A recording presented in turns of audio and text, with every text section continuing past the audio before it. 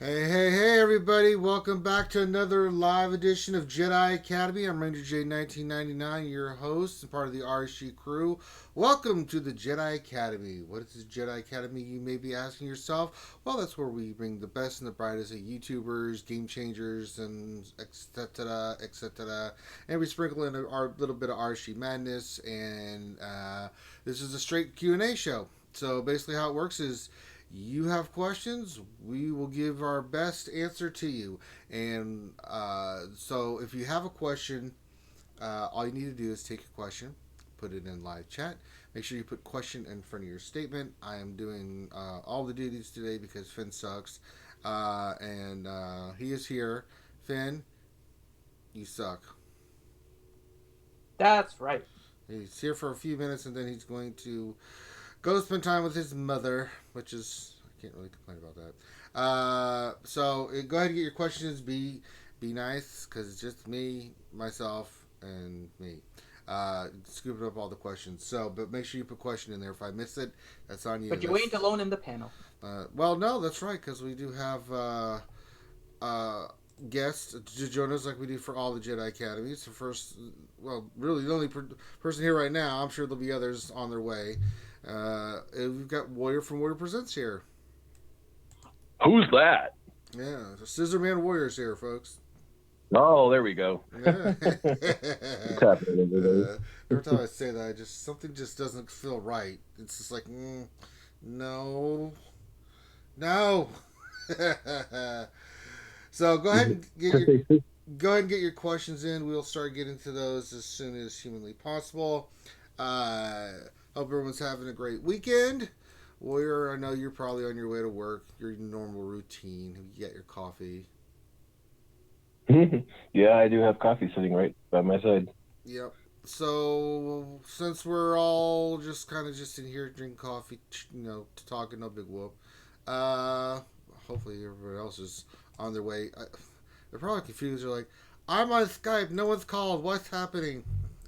Uh, we have gone to Zoom. I think it's better.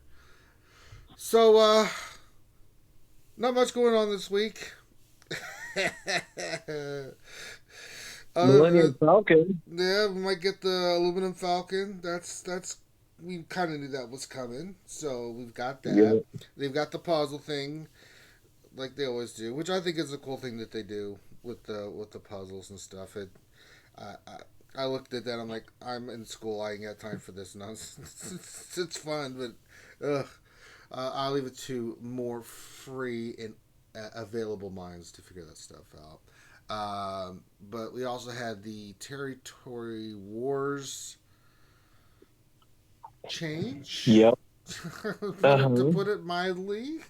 Uh, Not going over too well in the community.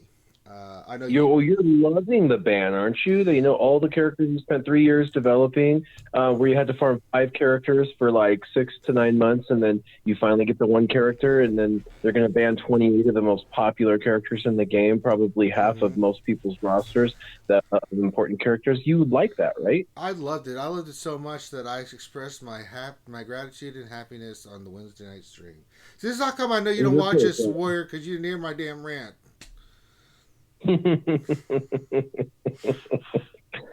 Yeah. So yeah, no, I was, I'm always diplomatic whether they believe it or not. Oh, I'm always I know you diplomatic are. and fair.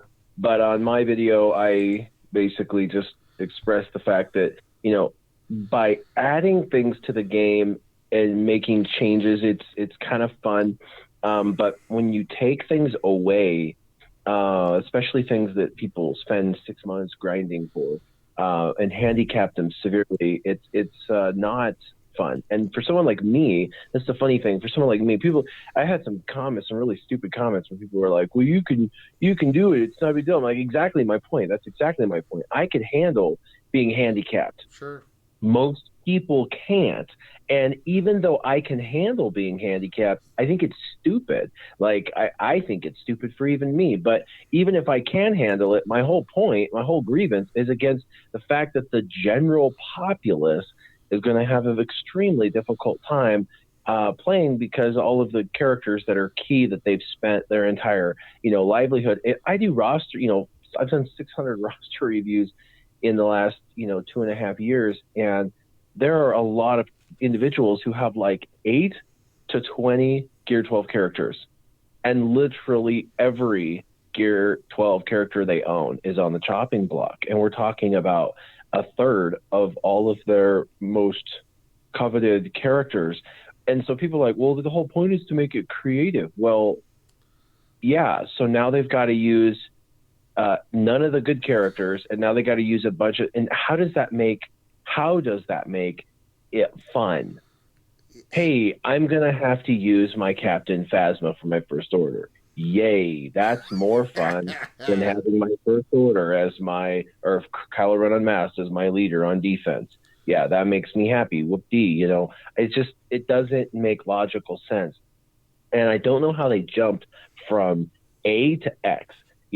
A is, hey, we liked that you gave a couple characters stupid bonuses. That was kind of fun because it made them relevant again. And for the super whales, they got to use characters that they had farmed unnecessarily. Pretty much. But for other people, it wasn't really a big deal because they didn't have the character. And, well, they were bonuses. If you had them, great. If not, no biggie. And I told a lot of people, don't even worry about it. They're just bonuses. But now, they're taking things away. It's exceptionally difficult now for this territory wars. But the part that bothered me more than all of that, and this is the part that really grinds my gears, is they said that now that we have Grand Arena, puke, puke, puke, it's going to be the competitive side, and territory wars is going to be turned into this fun and, exciting place where we can play around and do stupid stuff. And so what they've said is the number one most popular competitive mode, we're going to trash it because we have this new Grand Arena that is 50-50. Some like it, some don't. Like, why? Territory Wars, when it first came out, was a small dumpster fire, but they, over time, were able to work it into a way that people enjoyed it for the most part. And now they're going to take what's not broken and break the hell out of it. I mean, I can tell you in Team Instinct, everybody in Team Instinct looks forward to the Territory Wars. That's like the thing that we look forward to. Yeah. We don't care about anything else. The Grand Arenas, there's a few people in there that are enjoying the Grand Arenas, but there's a lot of us that don't really like Grand Arena. In fact, they had to have a thing that, Miraxis put out that said, if you don't like Grand Arena, then just don't care about it, because we always play Territory Wars, and that's what we'll devise our, team strategies on, and that's what we'll do as a team. And I'm so excited about getting back to, being ultra competitive. And then they announce, hey, we're not going to be ultra competitive anymore. We're going to trash the one game mode that you all really enjoyed because we have Grand Arena now, and we think that's our holy grail. So not too happy, because I'm not a big fan of Grand Arena, because they took a mode in the game, and if it was even possible, I didn't even think it was possible, but they made a mode where speed is even more important than any other mode in the history of the game. They're trying to get away from speed being important, and then they made a mode where speed becomes 1,000 times more important. Yeah, I mean, when you go against somebody and every single character they have is 50 speed faster than your counters, every single team, it's no fun. It's just no fun. And mods are one of those things that's a crapshoot. I've got people that have played longer than me that have crappier mods than me, but they've been dedicated towards mods, and I just had better luck. I have people that have played less than me that have better mods than me, and they haven't even focused as much on mods because they've just gotten lucky with the rolls. It's just a crapshoot with mods, which is why teams are so amazing, because some people have better mods, some people have worse mods because, RNG. And so what happens is you can be strategic about it and say, okay, you're the top 10 mods on our team. You take out their top 10 modded teams, and it works as a team. You have to, work together and everything. So in Grand Arena, it's like you got 3 people, you got to use your 3-person counter, or 5 people, 5-person counter. And if they outspeed you and you're down 4 to 5, have fun with that. And once you've primed a team, you have no cleanup team, because you're stretched so thin, you have no cleanup team that's able to beat a meta team. So you just lose because you lost one battle, you lose the game. It's just not fun. I don't know. I don't like Grand Arena. I know a lot of people that do. I thought God bless 5v5 it. was fine. It was a smaller version of Territory Wars. The 3v3 I did not like at all. Um, and there's some people out there that, like you said, that do, but it's fine for me. You know, I'm kind of ambivalent. I don't care one way or the other. It's but you brought up a valid point. This is one of the big things that really upset me. Is like they try to they try to make that correlation between A and X. First of all, I felt they were just blowing sunshine on where the sun don't shine to us. You know, they're just saying, well, according to our data, and I'm just like, what data are you looking at, and who are you talking to? to justify what you're doing, and then how are you making the distinction from going from here to here? And your point about Grand Arena, I mean, these are all points that I made. It was really disappointing, you know. And then to try to justify it with how they did, I'm like, come on, you know, no. So it's been, it's been one of those things where you just look at it like, who thought of this? Uh, who thought this was a good idea? I don't get this like Well, you see, they were having a Jello pudding I pop, don't. and they were So no, what they I'm just did kidding. is they listen here. They, We've got an idea. We're gonna take the filth and the thing and put it in the pudding and that's right. That's right. the razzle Oh. razzle the dizzle dazzle. They were having a Christmas party, and somebody was like, "You know what would be funny?" And he's like, "What?" And he's like, "What if we just took like everything they worked for their entire life, like just take it away from them, and just watch them drown, and we'll call it playful because well, it's a word. Let's use it. Okay, let's do it. Do you think Carrie Oh will my do it? god! Dude, just trust me. Carrie will approve it. I promise, dude. Check this out. Give her a shot real quick. Okay. All right. Let's tell her the joke. Let's do it. Let's do it. I mean, that's the only way I can think of it. I don't honestly know how anyone was in a brainstorming session and thought that was a good idea. Honestly, these guys I play the don't. game. They love the game. They're Do passionate they? about this game. Because They are. see, but this is the thing.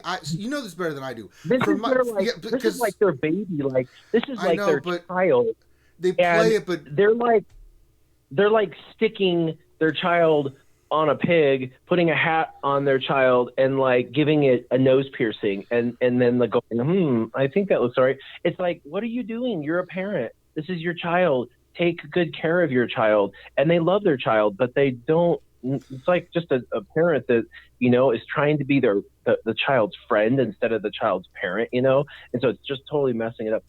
They're too close to it, and they're too close to what they're doing and too far from us. And they're downsizing and they're swapping to a new game.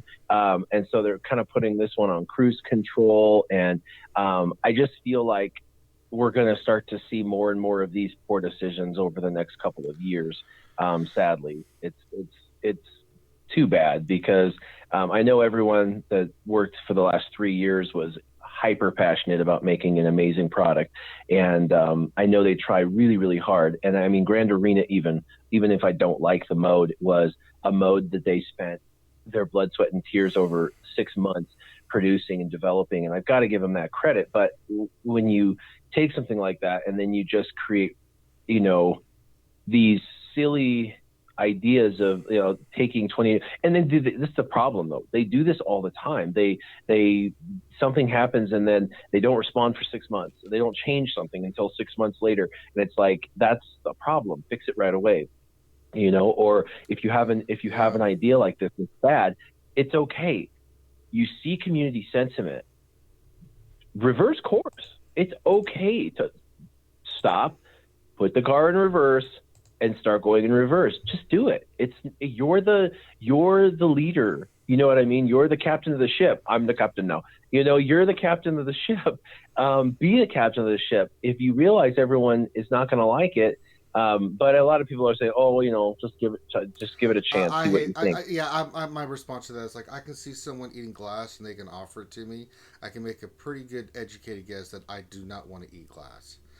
So don't give it a chance. No, I'm not going to give it a chance. I can make a critical thinking decision to look at what this is and be like, this is not good. You know?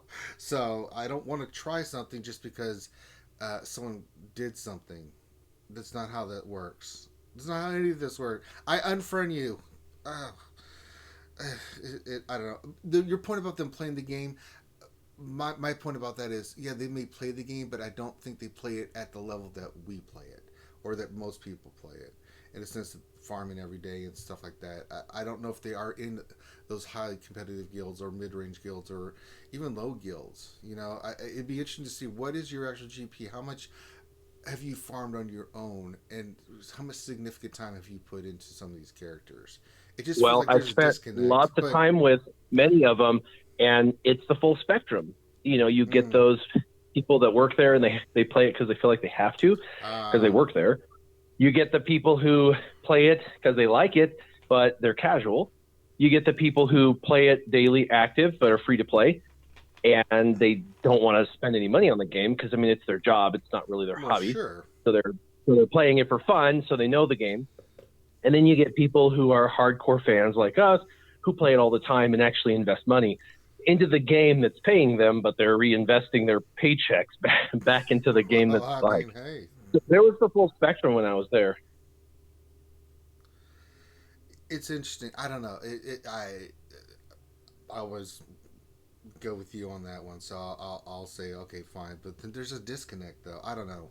It just there was a lot of head shaking with this idea, like this was going to be a fun idea.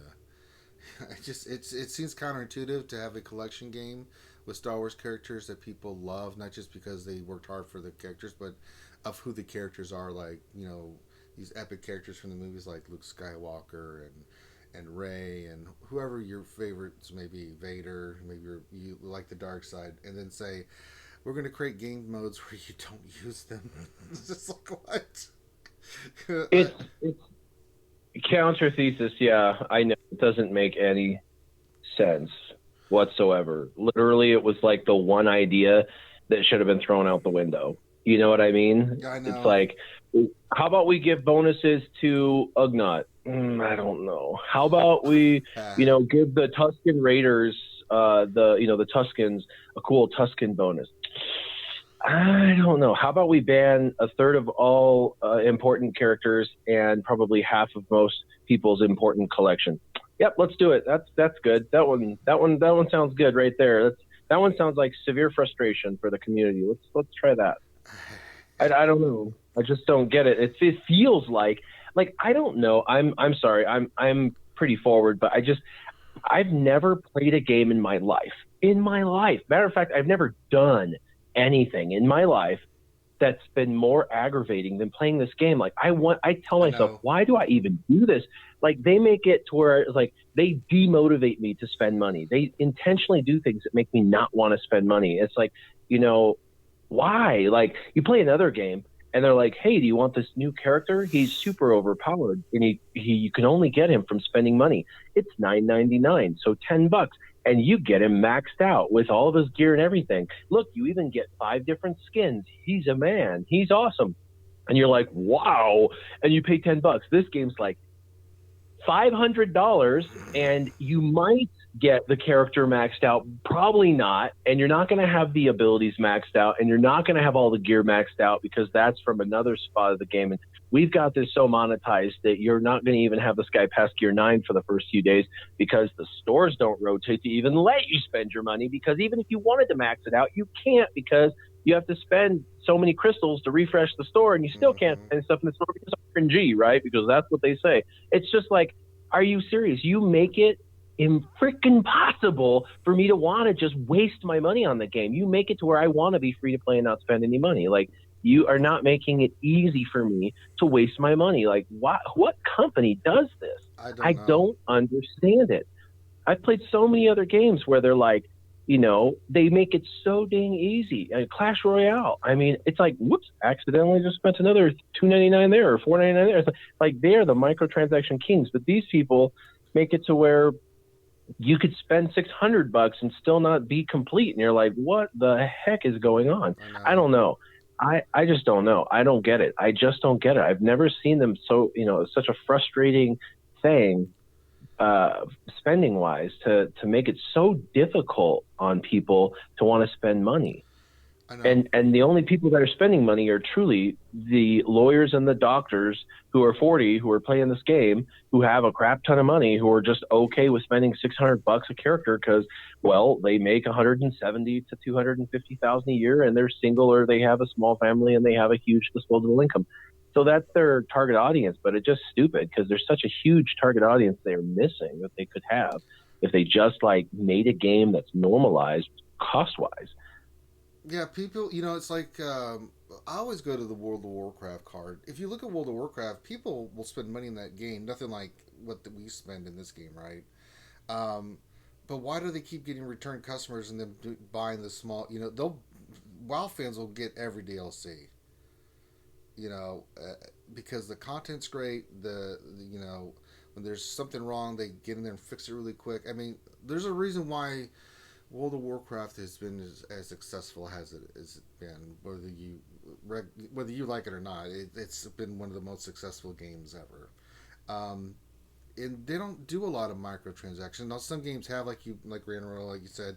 It's I think it's a philosophy. Like, how are we going to make money? I mean, I checked Google, just to see what Galaxy Heroes was ranked. It's number two, so it's downloads for the game are still up there, and they've got to be making some kind of money on this. But I don't know the monetization for them for profit. It seems it's been one of the driving forces, and I think you get into a lot of dangerous territory when you do that only for a game. Look what happened with Battlefront 2. Look no further to see the dumpster fire that was Battlefront 2. I mean, the game itself looks great just like this one, but if you look at the business practices, it makes you scratch your head and makes you not want to spend money in the game. So, but I digress. Warrior, I think we've covered this enough. Should we get to some questions? It's just you and me, homie. It looks like it's going to be the Warrior Ranger show today. Yeah, let's do it. Let's do it. So, um, let's start from the first one. We got Jason Krulik, and his question is, what is the optimal lineup on offense for ships?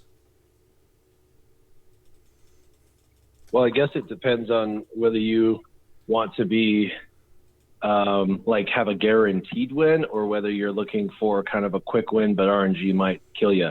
And it also depends on what you're going against. So a really popular meta for kind of like top 100, top 200 is the Hound's Tooth with the Geos. And then, of course, having either Sunfat coming in for the stun, or having Spy come in for the alt taunt, so you can get around their Hound's Tooth if they have one. And then as for the capital ship, I mean, for that you could use literally any of the capital ships, but most people are using Thrawn just because you have that guaranteed kill. So that way, if you can't get through their Hound's Tooth for whatever reason, you can just whack it at the very end and make sure that you complete the battle. That's kind of the most popular meta. But once you start getting into the like top 100, top 50, top 20, what you're going to see is a shift over to the WTF team, which I have a video on. You can type that up, which is like the Tarkin with Hound's Tooth, Ghost, and XB. And it starts to shift to a less damage per ship, but lots of AoE damage. And it's more of a riding it out and surviving until your ultimate kills the opponent, and or the Tarkin increases damage enough that when TIE Advance comes in, he starts to clear the board with 100,000 power hits and stuff. The Imperial TIE Fighter can come in as a reinforcement too and jack people up as well, and is great against the Hound's Tooth. So there's that kind of WTF team, and then the newest meta that's been around now for a few months, but it's kind of the most powerful defensive team, but it's pretty much a guaranteed win on offense if you have them match, is going to be the Mace ship with all of the Mace the Republic the Republic fleets and stuff, and you're using Hound's Tooth because it's nearly unkillable underneath that. You're using fives, and then maybe the Gauntlet Starfighter for all the regenerated protection and cleanse. And then you're bringing in all the damage dealers like maybe Phantom 2 and Ghost, or Anakin's ETA 2, things like that. So I will tell you, the Mace ship on offense is not it's not super good. fun to play. You can time out on offense quite a bit actually, and if you're doing a mirror match, and you can still lose on offense if it's a mirror match. So it's not as fun as the other teams, but it's definitely the most defensible. I mean, I don't know if you've ever gone against it, a really good Mace team, Oh but yeah, it's just I'm full offense when I'm doing shit PvP. I use the Mace yeah. fleet, and I've had a lot of success in Grand Arena and things with it. Mace with Houndstooth fives and Rex, and the starting lineup with Anakin, Clone Sergeant, Plo Koon definitely in there, and I think it's frustrating the hell out of people trying to kill that thing. You know, you've got all that tanky goodness going in, and then I just let Anakin ship him off reinforcement and be like, "Wee," to give Mace gets that to use his damage. ultimate twice before anybody else gets to use their ultimate once. It's crazy. I know, Sometimes three times. I know, but I usually on offense will go standard lineup with Chimera. I like Silencer, I like Imperial TIE Fighter pilot and Biggs, and then I'll have one ship that I think is really great against a lot of these teams that are using Houndstooth is Cassian's Ewing. That ship is an amazing ship once you get its reinforcement done. And I'll go TIE Advance. Poe, I think, is a great ship. And then, who's my sixth? I just went blank on my sixth ship. Crap. Ah! I'll have to go back and look, but I'll use that on offense. It's easier to control and dictate things for offense, and then keep the Republic ship as defense. And then I still got Geonosians with the Akbar if I really wanted to, and I'll keep Ghost and Phantom and Wedge for that one. So, kind of some ideas. That WTF team, oof, goodness. All right, next question here. Let me see. Dexatronics. Question: What is the best bounty hunter team for Phase 3 of the Heroic Sith Raid? Or lead with who else? I've not really run that. I don't know if you have. No, I haven't. I know it's. It, I know Aura. I've seen the video from Skeletrix. I know the Aura lead is like the best in Phase 3. It's the most consistent damage for Phase 3, and I don't have her leadership zated yet, but I'd like to. Truth is, I don't really ever have time. I'm like, I get into the game. I'm like, oh man, I got to break it at work. I've got like, a moment to like jump in. I look, jump in. It's like, oh, you've got red things glowing. Oh, cool. What I get? I go in there and it's like, oh, you got 47th in this raid. Oh, you got 32nd in this raid. It's like, oh, that was fun. Participation. Yeah, that's what happens to 99 out of 100 raids, to be honest. And I want to get like number one in each raid, but you got to have like RNG place you there to where everybody's at 0 and you're at number one for me to even try and plan it in, because raids take a long time, and it's I don't often get to play, and so if I'm gonna try and throw my whole schedule awry to do it, I want to at least get the number one spot, so Sure. I can win that profile picture or whatever. But I have never seen myself even in the top 5 in like the last 3 months. So Well, yeah, it's like even if I play it, I wouldn't get that profile pick. I know. I mean, for hat and if you're full clearing, same thing with pit. It's RNG. It's like wherever you land, you all cleared, but it's where you landed. So I haven't had a chance. I am in that phase in the game where I'm just farming the hell out of all these additional characters now. I've got the main teams done. I'm rounding out the scoundrel team, the cure team. But I just need L3 for that, so I just started getting her to 6 stars. But it's really about like I'm working on characters like Embo, Django, Aura, Range Trooper, certain pieces of the puzzle to widen out my other characters because they're all gear 12 and ready to go. But it's like um, I'm working on Aura, so she's 5 stars. So hopefully soon I can. She's pretty amazing, I have to admit. In fact, I used her as a lead without Zeta in the 3v3 territory wars as a cleanup team. Didn't know how well she would do, but you take in her and two attackers because all the attackers go stealth and stuff, and it was pretty effective because she starts stealth, so you can immediately use her special where she gets to take another turn of stealth, and I don't know, it's just there's a lot of synergy there, and she does a decent amount of damage. So yeah, I liked it. Yeah. I think there's a lot of potential there. I agree. I think so too. All right, next question from Jason Krulik. Where has Jedi Knight at Dasher been? It's the holidays. She's just getting back into things. She's been a little bit, she's, family and stuff. So she'll be back on soon enough. Same thing with, T Money and good old Maurice and them. It is the holiday season. So um, it's a little bit past it, but, the people are on when they're on. Remember, these wonderful people are here um, on their own time and their own dime. So give a little bit of flexibility on that. But we'll find out what's going on Lady Dash Show. We know it's been the holidays, but we'll find out for sure. Good morning, Ranger. Who is this?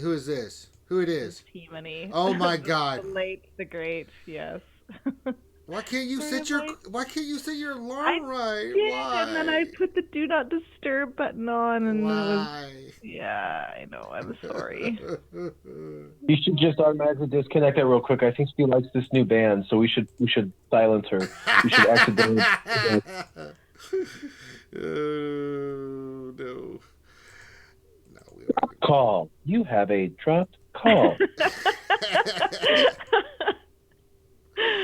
Oh God, that's too funny. How are you this morning, T Money? Pardon me? I said, how are you this morning? I'm good. Yeah, I'm good. Things are going. Life will go on. Yeah, you got your coffee. You got your maple syrup. You're. I've no time for coffee. I have Diet Pepsi and a piece of pizza from my fridge. Oh, that's the luxury that I have. Waking up at 8:20. Yes. There you go. On a reality skewed gamers morning. That's right. How are you, Ranger and Warrior? How are you guys? We're both good. I don't speak for Warrior, but I'm doing well. So you're up in, I know you're in Canada, but that means, are you near Edmonton? Yeah. I'm about, let me see, 250 miles, 300 miles south of Edmonton in Calgary. Oh, wow. Yeah, about maybe 100 miles from the Rocky Mountains. Yeah, I've got family, kind of friends, family, whatever, up in Edmonton, and we've gone up there before, so pretty awesome. But you were like the same time frame as me, so I was like, she got to be, in the Rocky Mountains. So that's kind of cool. Yeah, we flew in there, and I looked out the window, and I saw this ocean, and I was like, what is going on? We are over the Rocky Mountains. Like, why is there an ocean in Edmonton? And it was like this beautiful flowing yellow ocean. I was like, I've never seen a yellow ocean before. And as we got closer and closer, I was like, that is not an ocean. What is that? And I kept looking. It was gorgeous and swaying and beautiful. And yeah, you have fields upon fields upon fields of the canola flower that are like thousands of miles long of just yellow canola flowers. Are gorgeous. I was like, holy cow. It literally was, as far as the eye could see, like an ocean of canola fields. It was gorgeous. Yeah. So anyway, my trip to Canada. And it rained so much, but it was still so sunny and wonderful that they didn't need sprinklers and stuff. Like, they just naturally, got the water they needed without ever having to water. I was like, wow, that would be nice. Because, where I live in the desert, you don't water something, it dies in like 2 days. That's what deserts do, Warrior. Damn it. All right, so we got T Money with us. Let's give her a question here. Max Dog has a question, T Money. Question: what is a higher priority, gearing up my scoundrel team or gearing up tunes needed for Mace Ship timeout team? Ooh. I mean, that it's really contextual. I think it's. But do you know anything about his rosters, GP, or anything like that? does not say anything about that. Just says, give us more deets when you give us these questions, guys. We love the deets. I am working on the Mace timeout fleet right now, half-heartedly. My GP is 3.8, and I have a lot of the Territory Wars tunes already. The Scoundrel team is awesome, and I'm probably going to do that first. I've done Zalbar, I've done Vandor, and already have L3 Kira's at gear 10. She might stay there for a little bit, so I'm probably going to go Scoundrels. I think that Scoundrels first for myself. I've been kind of going very light on ships just to make sure that I can beat them in the Grand Arena. I think, though, that this new Territory Wars that we're all about, I think, if you think of the characters that are going to be banned, well, some ships' captains are in there, but not a lot from the Mace fleet. We're not looking at like, oh no, they're removing 5s from a roster. So that might be a very, very important fleet to have for Territory Wars, assuming that we're going to get a ships section. All right. Hey, we have another sleepyhead joining us. Look, folks, it's Ramon. Hey, sleepyhead number 2 here. What's going on? I'm number 1, Ramon. Just in case you're wondering. Yeah, she's got you by spades. I mean, I apologize, but I'm glad to be here. Well, we're glad to have you, brother. How's everything going? All right, not bad. Just getting ready for the weekend. My family, I'm Orthodox on my dad's side, so we have a second Christmas like tomorrow. It's Orthodox Christmas is on the 6th. Really? So. I didn't know that. Yeah, so I'm going to my dad's tonight, and we're gonna celebrate tomorrow. So that should be cool. Very nice. Yeah. No, we're going to your dad's today. Okay, I guess someone's correcting you. Aww. Ramon Part 2 is correcting Ramon. Ramon Part Uno. You ready to answer a question there, Ramon? Yeah, I'm ready. All right, let's give you a question here.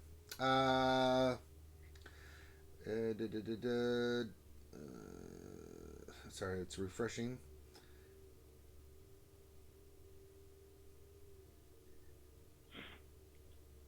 It's not actually a question. So let's. I mean, I'll take a definitive statement. I'm not sure what. I'm wrong with it. Okay, so it's from Grim. Okay, I got it now. Okay, question. Actually, no, this is. I think he was. No, it is a question. So it's this question from Grim. Maybe this is CG's parent company pushing them to make these stupid decisions? Question mark. Activision is killing Blizzard? Question mark. Hold my beer. In quotations, EA to CG 2019? Question mark. Okay, so basically he's asking about the TW thing. Well, yeah, it looks like that's what he's referring to in reference to. I mean, isn't it just going to be for one Territory Wars? I think it's for both. Okay, so I mean, the schedule is a little wonky. We won't have an updated schedule until they get back on Monday. By the way, I want to work for CG. 21st to the 7th off. And let me tell you, like, as a game changer, I'm like, hey, anybody there, guys? They're not there. They're gone, man. No, they literally disappeared for an entire month. I mean, some game breaks, I think they have to come back, but other than that, they're like, oh. That's nice, man. Let me tell you, the whole like Silicon Valley, like video game company thing over there. It's like a different culture than most companies you work for. Sure. It's very, you go to like EA headquarters in Redwood Shores, and they have like a Starbucks in the lobby there. They have like Xboxes and PlayStation set up for employees to play on their breaks. All right, we're invading. They have their own like movie theater there. Basketball. Oh, for God's sakes! It's really cool. I mean, now listen, they work a lot. Bear in mind the reason for that is they set it up so it's comfortable, so that people don't want to leave to go out because they get more productivity from the workers if they're happy where they're working, right? So it's like it's kind of a psychology that like that Google takes. Or like they try to keep their employees happy at the office so that they don't want to go take breaks elsewhere. They get more work done at the office because people don't leave to go have lunch for an hour somewhere else. I mean, so it's it's cool. But I mean, yeah, that whole psychology over there, the whole like lifestyle is pretty. They have their own daycare there in the building. It's awesome. We kind of got lost track of what we were. What was the question again? We're talking about territory wars. The territory wars. And you know, all I was saying is that it's basically a situation where I think that it's just for one or two territory wars, and that's nothing really to get rattled about. They're just trying something out to see if it's you know. I think there's nothing wrong with trying something new out. You know, I understand that limiting characters maybe isn't exactly what everybody wanted, but I think that. You know, I'm not against them trying something different after a year of territory wars now to see if they can shake it up a little bit and make it more interesting. So, I mean, I don't think it's as bad as everybody's making it out to be. That's all. And you got the music playing in the background. Yeah, I think those are morning cartoons. Those are Saturday morning cartoons. Yeah, or something. No. It's my son playing Fortnite. I apologize. Very nice. All right. So, next question for us, Warrior, from my one of our guild officers, my former guild leader and MC, Shields Ghost, and he has a question. It says, "Question for Ranger Warrior: do you think we will be affected as much as the lower GP guilds by this territory war change? Us being the 200 million GP plus guilds." I'll let you have that one, brother. I think it's going to, you know, negatively affect us as well, because we've got guys that are very, very strategic in building. You know, most teams in the high end have kind of a coordinator of sorts for territory wars, and that person's like only job is to just like spend their whole life obsessing about unique and different compositions. And I don't know, maybe everybody else is lame and does the same thing every time. We've never had the same composition exactly ever to the prior territory war. Like, it's never the same. It's always tweaked and changed and different than the previous time. So what I don't get is, you know, I guess a lot of people are like, well, it's going to change things up after a year. It's not going to be the same old stuff. It's like, oh my God, I have to keep resetting my teams because we keep changing the teams every single territory war. You know, we can't have the same team, because what happens is we have a certain defense and then they share it with everyone in the world. And there's entire discords set up for that. So we have to change it and change it and change it. But you now take all of our differing compositions over the last, you know, 12 months, and then take out the 28 key pieces. I mean, do it. Just sit down for a minute. If you want to say this is good, sit down and try to build any legit viable comp at the highest end without those particular characters, with 28 of them being gone. And what you're going to find is you have trash on offense, period.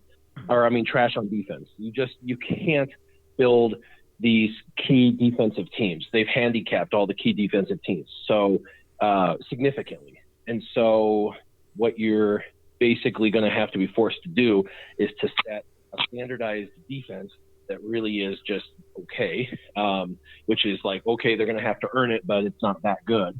And then you're going to have to try and build the very best offense teams that are going to counter what you believe to be what everyone's going to be putting out. So I don't know.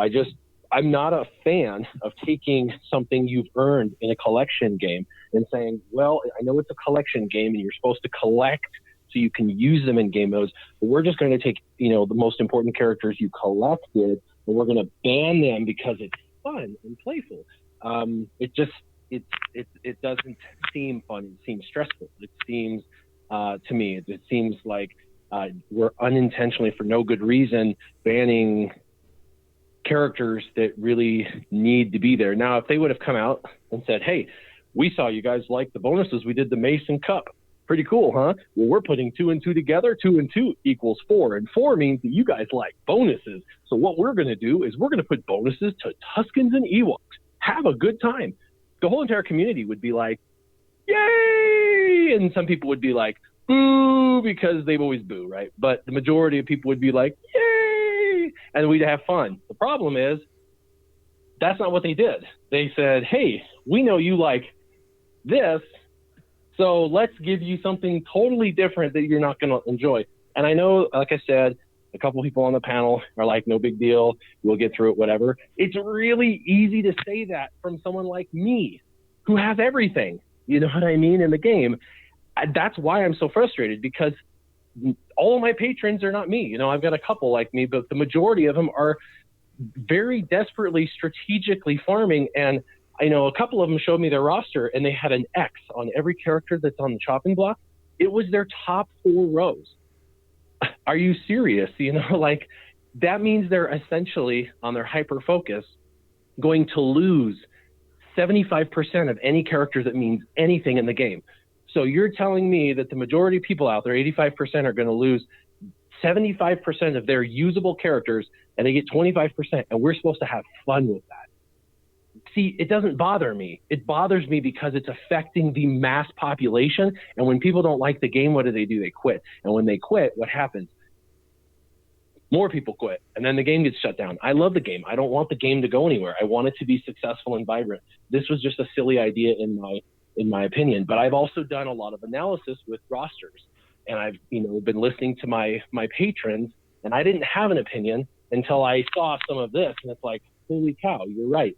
If they implement this and you lose 28 characters on that list, you're losing basically 75% of your usable, characters. That's terrible. That really sucks, especially because it's the majority of all the leaders in the game. T-Money, Please, could I?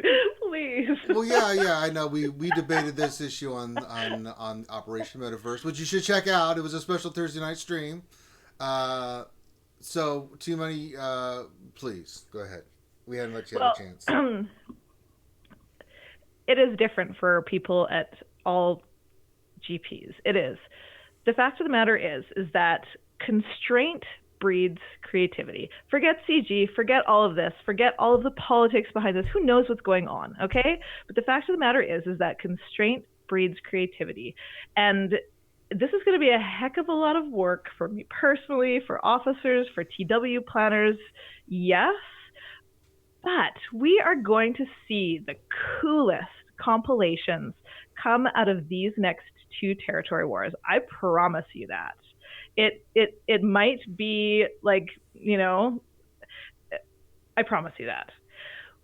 When you take these characters away from us, we use these meta as a crutch. If you look at Grand Arena and you look at all of the amazing creative compilations that have come out within your own Grand Arena that you have personally created, imagine that on a mass scale for Territory Wars. This is Team Instinct's time to shine. No longer can guilds sit on their lazy butts and steal from you guys, right? They can't, because it's changing every single time. This is going to separate guilds who are interested in this game mode and who want to theory craft with guilds who just don't really want to do that, or maybe don't have the time, and fair enough, whatever. But for me, as someone who loves theory crafting in this community, and for every single person listening to this podcast, you are the elite nerds of this game. Okay, don't think that you're not, because there are 140 people listening right now, and there's going to be thousands listening after. We are the elite nerds of this game, and we are the ones who are going to dominate this game mode. So I think it's an opportunity. I think it's incredibly exciting, and you're taking away my characters, but you're taking away from everybody. So yes, a million GP roster, and you're taking away some key characters. They've, say 2 million GP, and they've focus farmed Thrawn, and they've focus farmed the Night Sisters, and we're taking those away. The fact of the matter is that's happening across the board. So guilds that are in, guilds that have players who are in a wide bracket, that have players that are 4 million GP and 1.5 million GP, that's going to be tricky. But I think the main problem with this that people aren't talking about is that the TW matchups suck, But we have a new matchup route. We know that the Grand Arena matchups have been better based on GP. I'm hoping that this new algorithm, I think, has been applied to Territory Wars. So hopefully we're not going to see these massive differences in GP meeting. Now, there are people going in short, and I don't think they have fixed that at all. That is unfortunate. Don't go in short. Take 50 people into your TW, period. Everybody signs up. Get your practice for Grand Arena, but I think it's going to be an opportunity. We're all in the same boat. That's what you have to remember. If my roster gets 28 characters removed from it, and another roster is going to be the same way, it's not like one guild is going to have them and another isn't. It's an opportunity to create outside the box. Sorry, that was me being very tired, but that's I get your point, and I actually agree with you on the team instinct scale. It makes complete sense, but it's kind of like saying there's a world, and there's all these people out there, all these communities, and America has 3 million people, and China has 6 billion people, and let's just kill 1 million people. Let's just kill 1 million people. No, it's no big deal. Kill 1 million people. It's no big deal. But hold on, it's the analogy. I would compare it to genocide. Yeah. So there's China, and they lose 1 million people. They're like, okay, well, we had 6 billion, no big deal. We lose our highest end, and those were important people. In fact, we lost some people that were in our cabinet, and we lost a couple of this and that. And then America gets hit. They lose a third of everyone that exists in the entire United States of America. It's bad, but it's a third. It's not horrific. Yeah, we can survive. Proportionally, it impacts. All of a sudden, you hit every other major second and third world country, and they're wiped off the map. Like, it doesn't make a big hill of beans difference if you handicap Wales. But if you handicap the Dolphins and the free-to-play, you destroy the game mode in fun, because it isn't even about theory crafting at that point. It's like, it's just about survival of trying to play a mode that you know you're going to end up losing because you don't have any of the tools that they built for you over those periods of time. I'm not opposed to having no leader and having a team with no leader, because that's a cool theory craft. I did it in the 3v3 because I didn't have enough room for what I needed to do, so I dropped the leader and went leaderless. That's cool. But for the majority of people, I feel like it handicaps them in a way that isn't going to make the game mode fun. And I'm more concerned about the game being fun and playful than they are, even though they use those words. Well, I have the opportunity to go and play with a guild that's 120 million GP, so we'll see. I'm working with 2 guilds right now. One's 120 million, one's 175 million GP, and I have no doubt that we're going to come up with awesome and cool comps. And I think that, I don't know, like, what's the problem with being open to this? I mean, I know that people don't want this in the long term. They haven't said that. I'm open to it. We'll do it. It's just, I don't think it's going to end well. And every time I say it's not going to end well, it doesn't end well. And that's not because I'm a perpetual pessimist. I'm like the biggest proponent for these guys. I fight for these guys all the time. I defend them all the time. I have their like best interest at heart. I'm always, telling people, the glass is half full. When a bad idea is coming down the pipeline, I try to be as vocal as possible when I know it to be a bad idea. And every time I said this is a bad idea, it was a terrible idea. And the history will show that, this mode was not well received and it isn't going to be enjoyed. Now, maybe in 6 months after this force spoon feeding it to us, that we might actually come to some acceptance of it. I just don't see it as a mode that the overwhelming mass population is going to overtly enjoy the way that they did before. And they don't want it to be competitive, just so you know. They said that very clearly. They don't want this to be a competitive mode. They want it to be a fun and playful mode where winning and losing doesn't really matter, because now Grand Arena exists, and that's the fun, and that's going to be this serious competitive mode. I think that's the one part where they really, these guys, there are CG employees who play in, in very competitive guilds, that play in top 20 guilds. I know one at least anyway.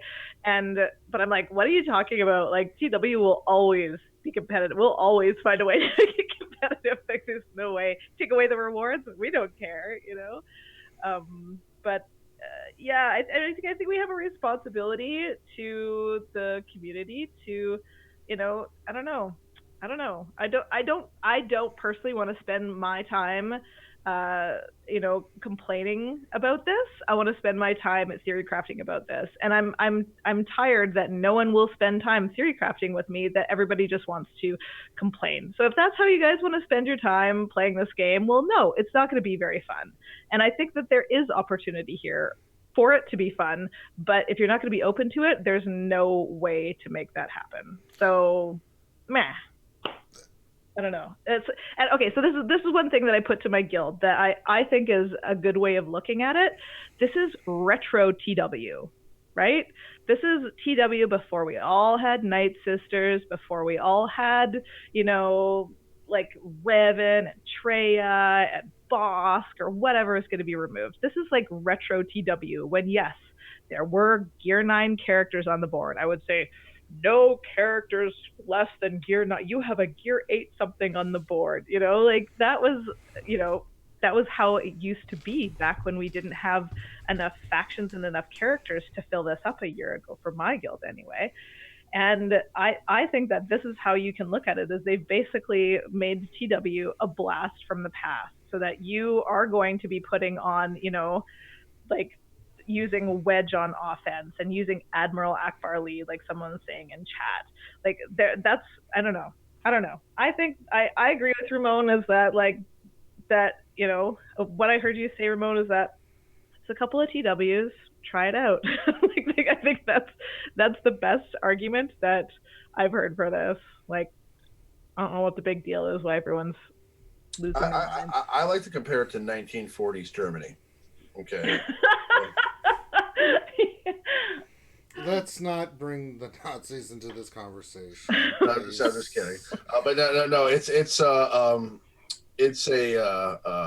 I understand entirely what Warrior's saying, and because it's a game where you're dealing with people who invested for specific rewards, and it's kind of I could see the point where it's like unfair for those people, but I mean but I also think that I think that their attempt is to just kind of shake things up and just kind of make it fresh, because it's a game that's been out for a while now, and it's something that they can do where it's like it's a little bit easier for them to make that kind of an adjustment than they can to, like, let's say a raid or territory battles. So I think that they're just trying to do something different, and for that I'm happy to see that they're trying to shake it up rather than just continuing to give us the same thing over and over again. So that's the only reason I could see it being a positive thing, is because again, it's one of those things where at least they're trying to give us something new that's going to make you think outside of the box and not just plug in the same teams and do the same thing over and over again. So, I mean, in that sense, yeah, I think it's a couple of TWs. Let's see how it goes.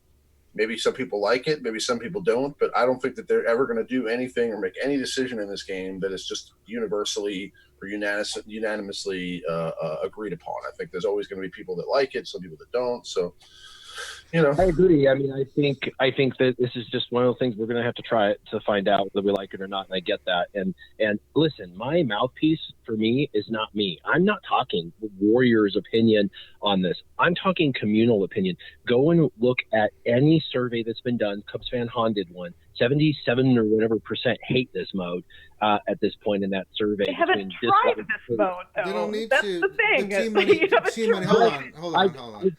I get. Listen, That's I get not that, fair to but make a finish on something that you haven't not. But you're doing the opposite. You're saying take a litmus of anything prior to and post, and you can see a consistency. It drops a little, but when somebody overwhelmingly dislikes it, their perception is their reality. And so when you see something in the game and the whole community is overwhelmingly vehemently against it, that sentiment doesn't ever go away. It reduces because some come to accept, but it's overwhelmingly negative. The majority of what they do is not overwhelmingly negative. No. That should be a sign like, hey, new raid, yay, 80% love it, 20% hate, because 20% always hate. but there's an 80% love ratio. You know, they do these things, they find out the sentiment, and most of what they do is good. But when you get an overwhelming negative reaction, what you're causing the community is an unnecessary, you know, pull to want to quit and things like that. And you can say all day, well, we didn't try it, but again, you don't have to try it to know what it's about. It's about banning, for a lot of people, their top 3 rows of their roster, and then saying it's fun and we're trying to take away the competitive aspect of it, and you get to be creative. Yay. That if you read any comment section of your video, my video, Reddit, Discord, you know, people are not really that happy with it overwhelmingly. And this is coming from every aspect of it. I'm just trying to be the mouthpiece for the community because I feel like I have a dutiful obligation to be that. I'm not being a whale right now because, again, I've said this multiple times. I don't give 2 craps about this game mode. I don't theory craft the teams. Miraxis does. He'll figure it out for us. I don't have to worry. I've got 150 characters geared 12. I've got a 5.1 million GP. I've got 73, almost 74 Zetas. I'm in a good place. I could give 2 craps. I'm concerned about all of my patrons who I've looked at their rosters and are going to be highly crippled, and how are they going to have fun when that happens? It's really hard for them to get outside of that window, like you're saying to do, and to say, yay, when they literally are going to be using their very, very best characters at that point that are left over that are gear 10. You know, it's I like, guess I'm also coming from a place that the history of my guild is that when we started Territory Wars, I do not like this offense-based clean game. We have almost gotten, I think it's, what's the top score? 21,150. We've gotten like 21,950 or something, like, no, sorry, 20,950. But we get it reluctantly. I feel like a little wimp putting like, okay, let's put all this on defense and then put all of the meta in our pocket and clean the board perfectly. I do not like playing that way. But a lot of guilds force that because they keep, they keep everything. So, but the history of my guild is we would go in and my battle cry would be down to the last Clone Wars Chewbacca, and I would like say that over and over again. And we, for months and months, we cleared the board. And this is when we were a lot lower GP because we grew a lot in the last year through TW. We would clear the board over and over and over again, and nobody could clear us because we'd set everything we could on defense, and then we would just, like, on a hope and a prayer, go and start our offense. We would never ask, like, oh, what did you use there? Looks like you lost a few points, or hey, like, it took you like 4 teams to take down that one, right? Like, that's not what it would be. It would be like, I can't believe you took down that, that CLS team. Like, what do you have left in your roster? And it's like, oh, I had Newt and Acolyte. That was the time for my guild to really dominate because we would just go in and get super dirty with TW, and I loved it. So that's what I'm seeing come back. I'm seeing it's retro TW. It's teams that we haven't placed for a long, long time. I am so excited about Admiral Akbar lead. I am super, that's the only one that I can actually think of now. I haven't done a ton of theory crafting for this, just kind of waiting for the constraints to come out. Happen to you in Grand Arena? Didn't this happen to you personally in Grand Arena, having to use like Akbar lead and non-lead positions and crazy weird using down to your last? Is that not you in Grand Arena? Are you not being challenged in Grand Arena? No. Well, no, yes. I mean, that's fine, but I like to do it with my guild. Like, I don't like Grand Arena. I've won all of my Grand Arena. I don't like my Grand Arena. You just literally declared why exactly my point. A lot of people don't like Grand Arena, including me as well. And you just said it as well. You said, I like it to do it with my team. So Territory Wars is this team-based thing that you love, I love, everyone loves, and they're fucking with it. Like, don't break something if it's not, don't fix something if it's not broken. It was super ultra competitive, and now they're messing with it in a way that they're trying to make it fun and playful and not competitive. They said Grand Arena is the new competitive playground. So what I'm excited that you say that they're, it's going to always be competitive for you, even if they handicap you. But that's my point, is that mode was a mode I think they shouldn't have messed with, because there's a lot of people like you and me who didn't care for a Grand Arena, but we love Territory Wars. And why not have a hyper-competitive team-based thing like they've had for over a year that we've come to know and love, and an individual-based thing. And you can choose which game mode you like, but why poop on the one game mode for the other game mode, which is exactly what they're doing. And I know you're like, well, the poop doesn't smell that bad. I think it's going to be fine. But it's like still poop to a lot of people. Like? Well, it's like, let me interject here for a second. So for me, this is just lazy on their part. I'm sorry. It's not creative and it's not fun. It's like taking chess and removing the queen, one of your bishops, knight, for your pawns, and saying, play the game. Okay, you can be creative with that. I guess it's the other person, and what if the other person is missing even more of the pieces that even cripple their team? It's one of those things where it's like, you're trying to make something fun by removing and changing the whole dynamic of it. And I don't know what's fun about people digging into their rosters with Gear 6 characters. Or, your Jawas. There's a reason why these characters were not used, because they suck. It's just no way to look at it. You can try to defend me on Cup. You can try to defend me on Ugnaught. You can try to defend me on all these other characters. There's a reason why they're on the bottom of the barrel. No one puts gear on them and everything, because it's not on us. That's CG, the design and of the team. Amen. Amen. What's that? Something my thing cut out.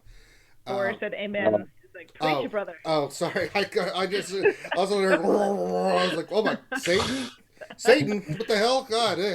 I don't see the creativity and fun in that, and I think I understand what I get what you want, Team Money. You want it to change things up and make things different. Not really. I just I'm open. It's like, well, I don't know. Like, I think these guys, I know that these guys make money, and I have never, ever, like, when I've been talking, been like, oh, look at them doing this altruistic act.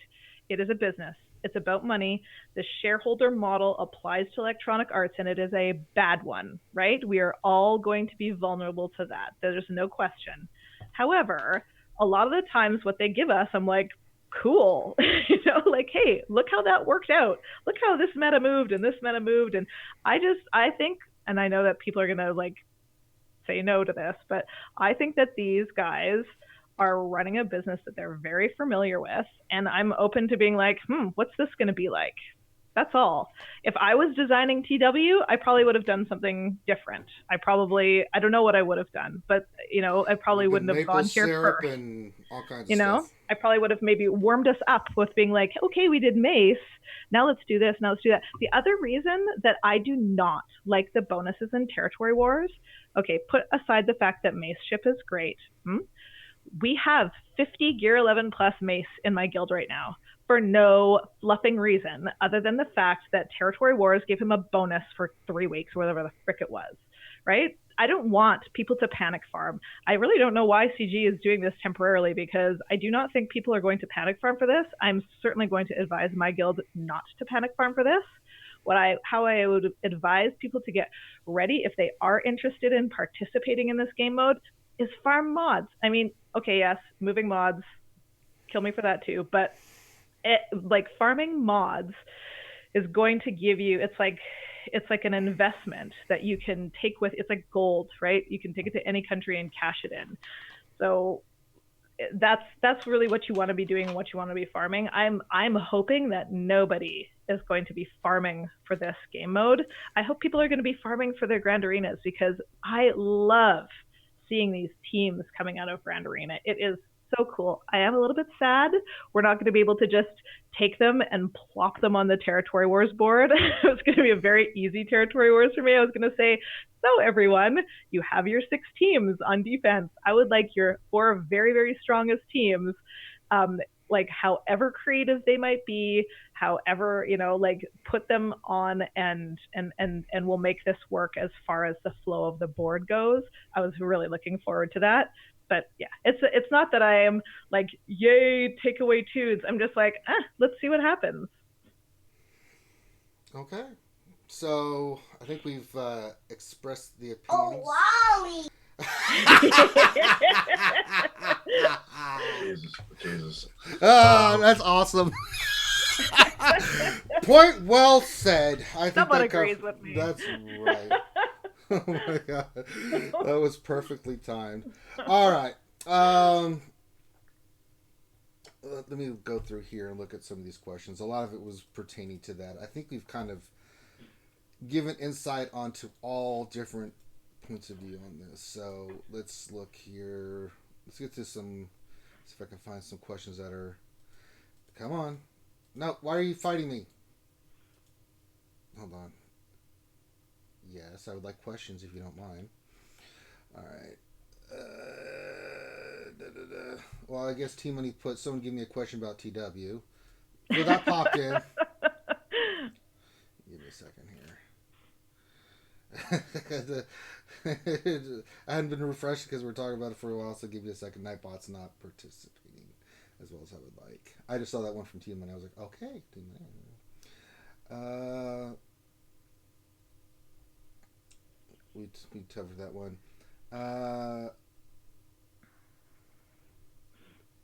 All right, Paul Morgan. I've lost track of who's. We'll go to you, T Money. Question.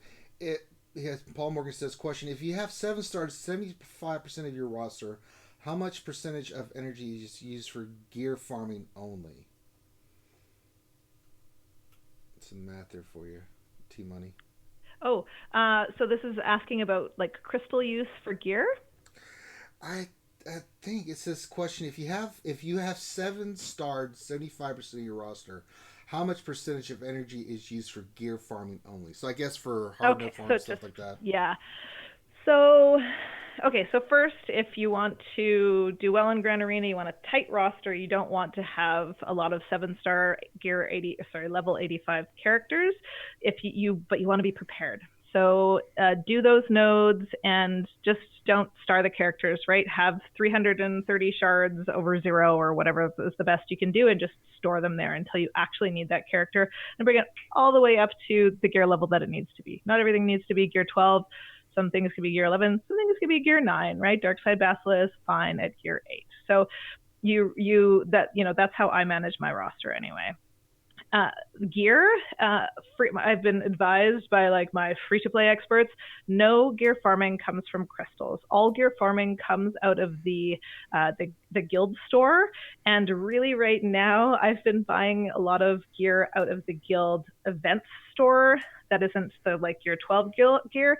I regret that. I was really good and got my Hermit Yoda and my Wampa first, but now that and then I just kind of pulled all the carbs out. I'm kind of like, my account's what, 2? Are we in the 3rd year or the 4th year of this game? I don't know. I started a year after launch, so I just have to try and catch up with people. So I've been buying a lot of the carbs in the store and those sorts of things. I regret that. I wish I had saved that for gear 12 gear. Quality over quantity has kind of been my approach to this game generally. But yes, all gear should come out of the store and out of the shard and out of the shard shop, out of the stores, including the shard shop. All right. Yeah. There you go. Question had a long thing, but it was about territory war. I think you covered your point well already on that, Warrior. But we'll give you one from here from Gav P, and then Ramon, you're up. Gav P, question: what is the optimal target lineup for CLS, R2 Han, C3PO, and Chewie? What Zetas mod speeds are needed? Is the lineup any better subbing someone else in? Oh, that's a good one. Okay, so there was like a lot there. I'll break it down each one. What is the optimal? That sounds. It's okay. That sounds. I got it all. I'm a salesman. I memorize everything people say. First, I totally get it. That's a great comp. There's been a lot of videos out. In fact, Arnold and Skelterix and like 6 other people, Mobile Gamer even, they all put a video out on that comp, and that's a great composition. So not a bad composition at all. Use it definitely. As far as mods go, it really depends on philosophy and what you're using them for and whatnot. But I always say that C3PO should be your second slowest. And the reason for that is everybody gets to use their specials And when it comes to him, he will put that mark on whoever doesn't have the last character, whichever the last character is. He can put his thing, so that way you get an AoE from, or not an AoE, but a mass assist from everyone. Because the one person that hasn't gone yet, you can target for the translation buff. So, as far as timing, that goes there. The rest you're going to have faster. CLS, your damage dealers, Han Solo, CLS, all of that. I really suggest, like with Han Solo, critical chance, critical damage. Definitely for him, critical chance and critical damage. And actually with CLS, I feel like you can get your crit chance high enough that you should go crit chance, crit damage as well, with crit damage triangles, speed arrows, and offense pluses. And then you could do protection, circles, or health, but I highly recommend protection, especially for PvP, because protection is just a larger shell that's on the character, a little more durability for the quick battle that's timed. As far as if you happen to be using, did he say he's using Old Ben? No, he just said it was CLS, R2 Han, 3PO, and Chewie. He did ask, is there a lineup subbing someone else? Chewie, that's right. Totally forgot. Yeah, so Chewie would be the same thing, although I focused on offense with Chewie, because Chewie gets called to assist a lot, and it's like guaranteed crits with that particular team. So you want his calls to assist to do as much damage as humanly possible. I think I have my Chewie. Oh shoot, let me look.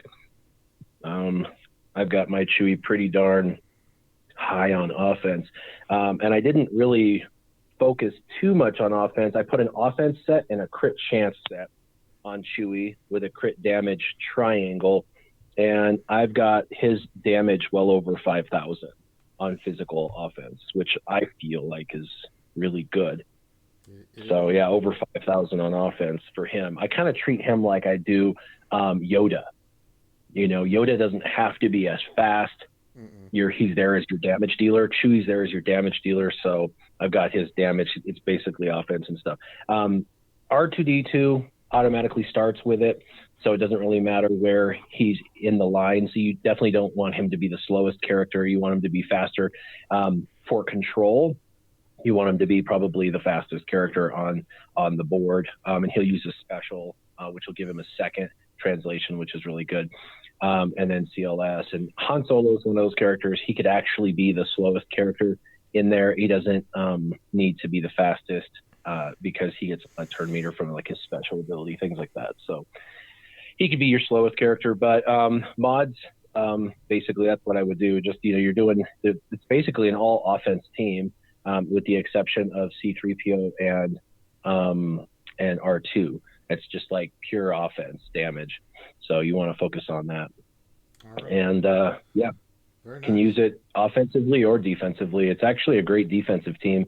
A lot of people use it for offense. So if you stick it on defense, it scares people. They freaking don't realize that that people don't keep that for offense sometimes, and then they have to figure out how to kill one of the most offensive teams out there.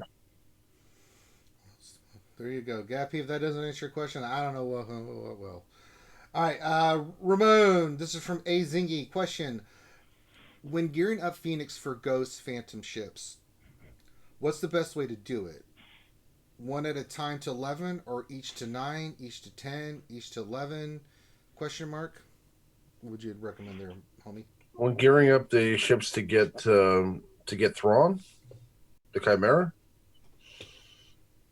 or like is this for like just for Ghost and, just it looks like just for the Phoenix for Ghost and Phantom ships. What's the best way to do it? Should they gear one character at a time to gear 11? Should they get like all the characters to 9, then go 10, and then 11 for the ships? What do you recommend for Ghost and Phantom with the Phoenix?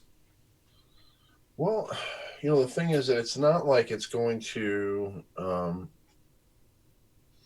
I recommend it. I mean, I feel like I feel like both ships aren't really. I don't know. Personally, I'm not a huge fan of both ships, but I feel like the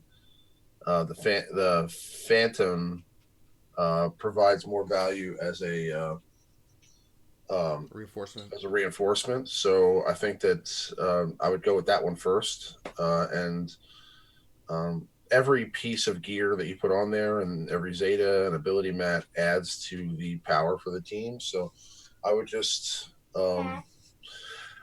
put that as a priority, based on what composition you're running. I would put the Phantom as a reinforcement priority, and then I would then work on the Phoenix, because again, I think you need 3 characters for the Phoenix and only 2 for. No, you need 3 for both, right? Yeah, 3 for each. So Chopper, Ezra, and Sabine for the Phantom, and then it's Hera, Zeb, and Kanan for the for the Ghost.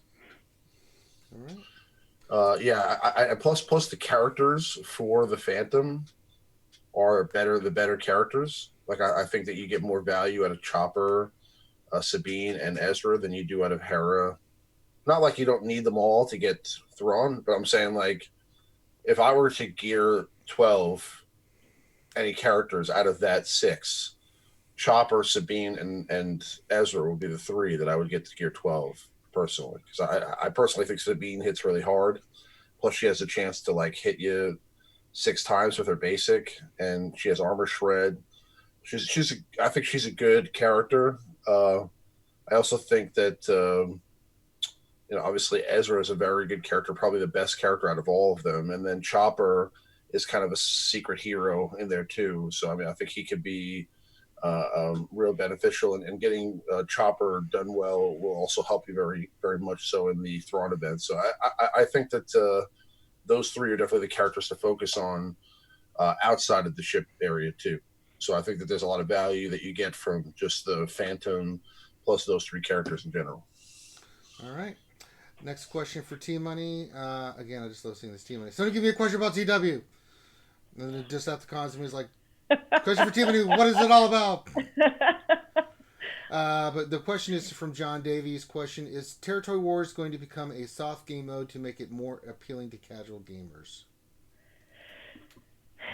Wait, I think that, when they said in there, we're going to make like TW cutesy wootsy or whatever frick language they used, I was like, ha, are you kidding me? Are you kidding me? Like, no, this is not how Territory Wars is going to be. If they mean by that they're going to take the panic farming out of Territory Wars and with regards to it being competitive in that manner, I'm sorry, but who doesn't welcome that? I certainly do. I would love for Territory Wars to be more strategy and less of this, like, less panic farming.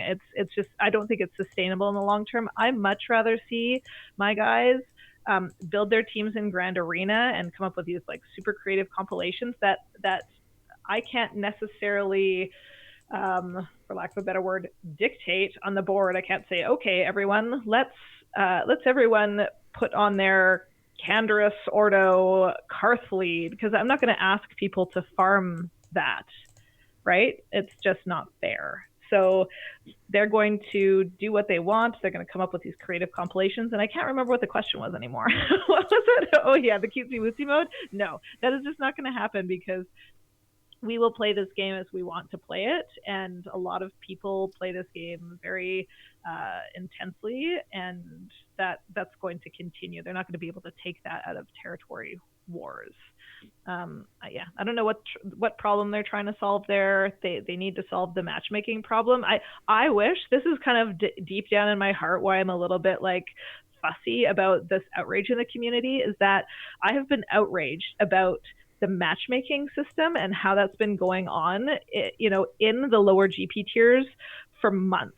And we've been talking about that, and like, no one is incensed. No one is incensed. There's no big long Reddit posts and alternative votes, and but guilds are going in 50 out of 50 at 100, 120, 140 million GP, and they're coming up against guilds going in 40 out of 50, and they're being tromped time and time and time again. So we are punishing the people who are most into this game, who are most involved, who are saying, we're going to be fair, we're going to put in 50 players, and they're being tromped time and time again, losing war after war after war because of their crap matchmaking system. But yeah, no one is talking about that. People are talking about how these guilds are suddenly going to struggle. No, they've been struggling for months because they can't get a fair war matchup. For the record, the community bitched for almost a year about that. I mean, there was at least 40. Not like this.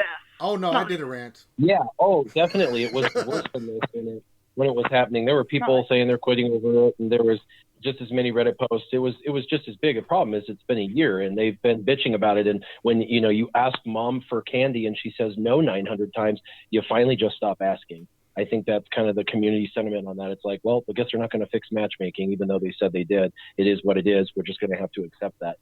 I hate it. I think there should be an automatic, because I agree with you. That's the issue they should have been solving, not making it playful and fun. I think they should have been making it fair and balanced. And the only way to do that is for a guild to have automatic enrollment. Whether you like it or not, your entire guild is enrolled automatically. And whether people participate or not, then that's on you. And that means you got to have an active guild, or you're okay with having an inactive guild. But then it forces that GP bump, which then forces you to be against a more accurate team, which forces people to be more active in their guild. I don't think letting people sit out in a team mode is fair because of their matchmaking system they instituted. So because of their instituted matchmaking system, they should have an automatic enrollment. Just like raids, I think everybody should be automatically enrolled in raids. I don't think you should even have to hit join. I think, the raids rewards are unnecessary for everybody. Even if you're going to get a 0, everyone should get them because it's critical to your development. Even if you get 50th place and only get some rewards, you need them. Some of these modes should just automatically, once they're launched, everyone's in it and ready to go. And if you participate, great. If not, you don't. But at least in the matchmaking that they built would be more fair. All right. Next question to you, Warrior. From Vobarayan. I hope I'm saying that. Vobarayan. Question: do you know if the matchmaking will be done taking the banned GP into account or not? Honestly, I have no idea. Yeah. They didn't buy any of the stuff that are going to be those peripheral questions. They just basically said it's going to be fun and delightful. And something related to that from Archeron. Question: with the lopsided GA matches between focus rosters over collectors, do you think the TW restrictions will benefit collectors more? I don't think it's going to benefit anybody more. I think people who care about TW, like the panel, are going to have a lot more fun with it because we've got a wider swath and we're going to theory craft and it'll be an interesting game mode. But I think for 85% of the population, it's just going to turn into a mode that they detest and hate and try and get through over a period of time. But I could be wrong. I would love to be proved wrong. I really would love to be proved wrong. I want the community to enjoy it because I want the longevity of this game. You got to remember, I have a YouTube channel that's basically 90% revolves around this game. This game fails, I lose my YouTube channel basically. I mean, I am here for the health of the game. I'm not here to just be an unnecessary jerk and stuff. I've never complained about anything in the game in my life without having an alternate solution for them to consider and ponder. I'm not just someone who bitches. I actually always have a purpose behind what I'm saying, and I always try to give solutions to them. I give them solutions all the time, both privately and publicly. So I like I said, I'm going to give it a shot. I'm personally not too concerned about it. And I already know I'm going to be, told by our theory crafters, these are the things we think are going to be the best. This is a team mode, So this is what we think we're going to do on offense and defense. We're going to try it out and we're probably going to be okay with it. I mean, I don't really see it at the team instinct level being a problem. And if that's all they're pandering to, then I guess they succeeded. I just look or try to look at the bigger picture. I always do try to look at every individual that's playing the game. I considered in 2019 actually starting up a free-to-play account brand new and doing a weekly log journal and showing, using my free-to-play farming guide, the new one that I'll be coming out with, and going through the free-to-play farming guide and doing a weekly thing. I think it'd be fun. I just don't know if I can commit to that every single week. So that's why I haven't yet. Yeah, it is. Especially with my existing stuff going on, I have a hard enough time even putting videos out of my own. How dare you have a family? How dare you, sir? How dare you indeed? But anyway, I think it'll be fine and fun. I'm concerned about, like I said, the other individuals who want it to be fun but see it as not as much fun because they're not going to access, you know, the great majority of what they've spent their entire life in this game developing. So anyway, I guess it remains to be seen. All right, let's get to the next question. We'll go to you, Ramon, from Travis Anderson. Question: been looking all around Reddit and other forums, but can't seem to find anyone that's figured out the clue. It seems obvious. Obviously, the Falcon. Has anyone seen the solution? Do you know about this, Ramon? You think it's the Falcon? Yeah, of course it's the Falcon. Absolutely. Yeah, no. I mean, it's. I mean, I think that they were pretty clear when they put out that post about a month ago that a little bit over a month ago that. When did the Road Ahead blog drop? Was it in mid-November? I mean, it was late. It was late, so I don't remember off the top of my head. I mean, they said that we would come with more, and they were going to be exploring the original trilogy a little bit more, and they were going to get more ships and characters. So, I mean, we haven't gotten a single ship from the original trilogy, and I have a feeling that that's definitely where they're going with this. You know, it was the. I think it's pretty clear that either the cargo ships or the bounty hunter ships are going to be necessary for the Falcon here pretty soon. Sure. So it's just a matter of time, and you know, you should be working on that you know, right away if you're not already. And again, it's going to depend on resources. I personally don't think I'm going to be able to get the Falcon the first time around because I don't have, you know, a lot of those ships ready, but they'll drop a pack and then I'll have to make that decision when the time comes, you know. All right. Let's see here. T Money, we have a couple from you. One's from one else, kind of a funny one. Question: who are you, and what have you done with the real T Money? How much syrup to get her back? I don't think this is out of character for me. I don't know. I don't know. He says you're missing your maple syrup. Missing my maple syrup. Yes, I have not had any maple syrup this morning. Oh, not a damn sweet drop. Butter crumpets. Yeah. Can I ask Ramon a follow-up question for both you guys? Do you guys think I'm crossing my fingers that it's going to be unlock at 5 stars? I think it's going to be a legendary. I don't think it's going to be a hero's journey. We already have too many iterations of the Millennium Falcon for there to ever be another one, I think. Although, you know, I mean, I do think we'll eventually get another Han. I think that Han from the Chewie event we'll get at some point. But oh my God, another Han Solo. The sixth Han. But no, you know, I think it'll be a legendary. So it'll be a 5-star unlock most likely. But again, it's gonna be hard. I feel like all these ships are in hard nodes, and there's so many characters that are more. You know, I'm definitely more character-based player than I am a ship-based player. So I mean, like, you know, I go after like I'm farming like range trooper right now, and I am farming like other ships, but I mean, it's like, you know, the grind to get like Lando's Millennium Falcon out of the ship house is ridiculous. The cost for refresh in there is insane.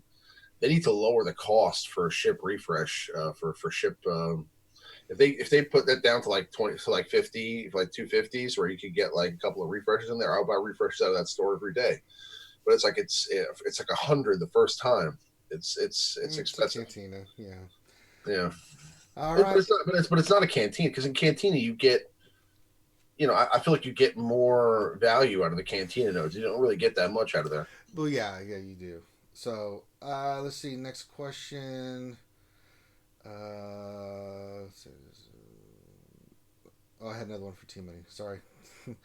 The other one, the first one is not just about maple syrup. T Money. Red 5 says, question for T Money: how do you think we're all in the same boat when everyone's roster is different? Yes, we all lose the same tunes, but we don't all have the same replacements.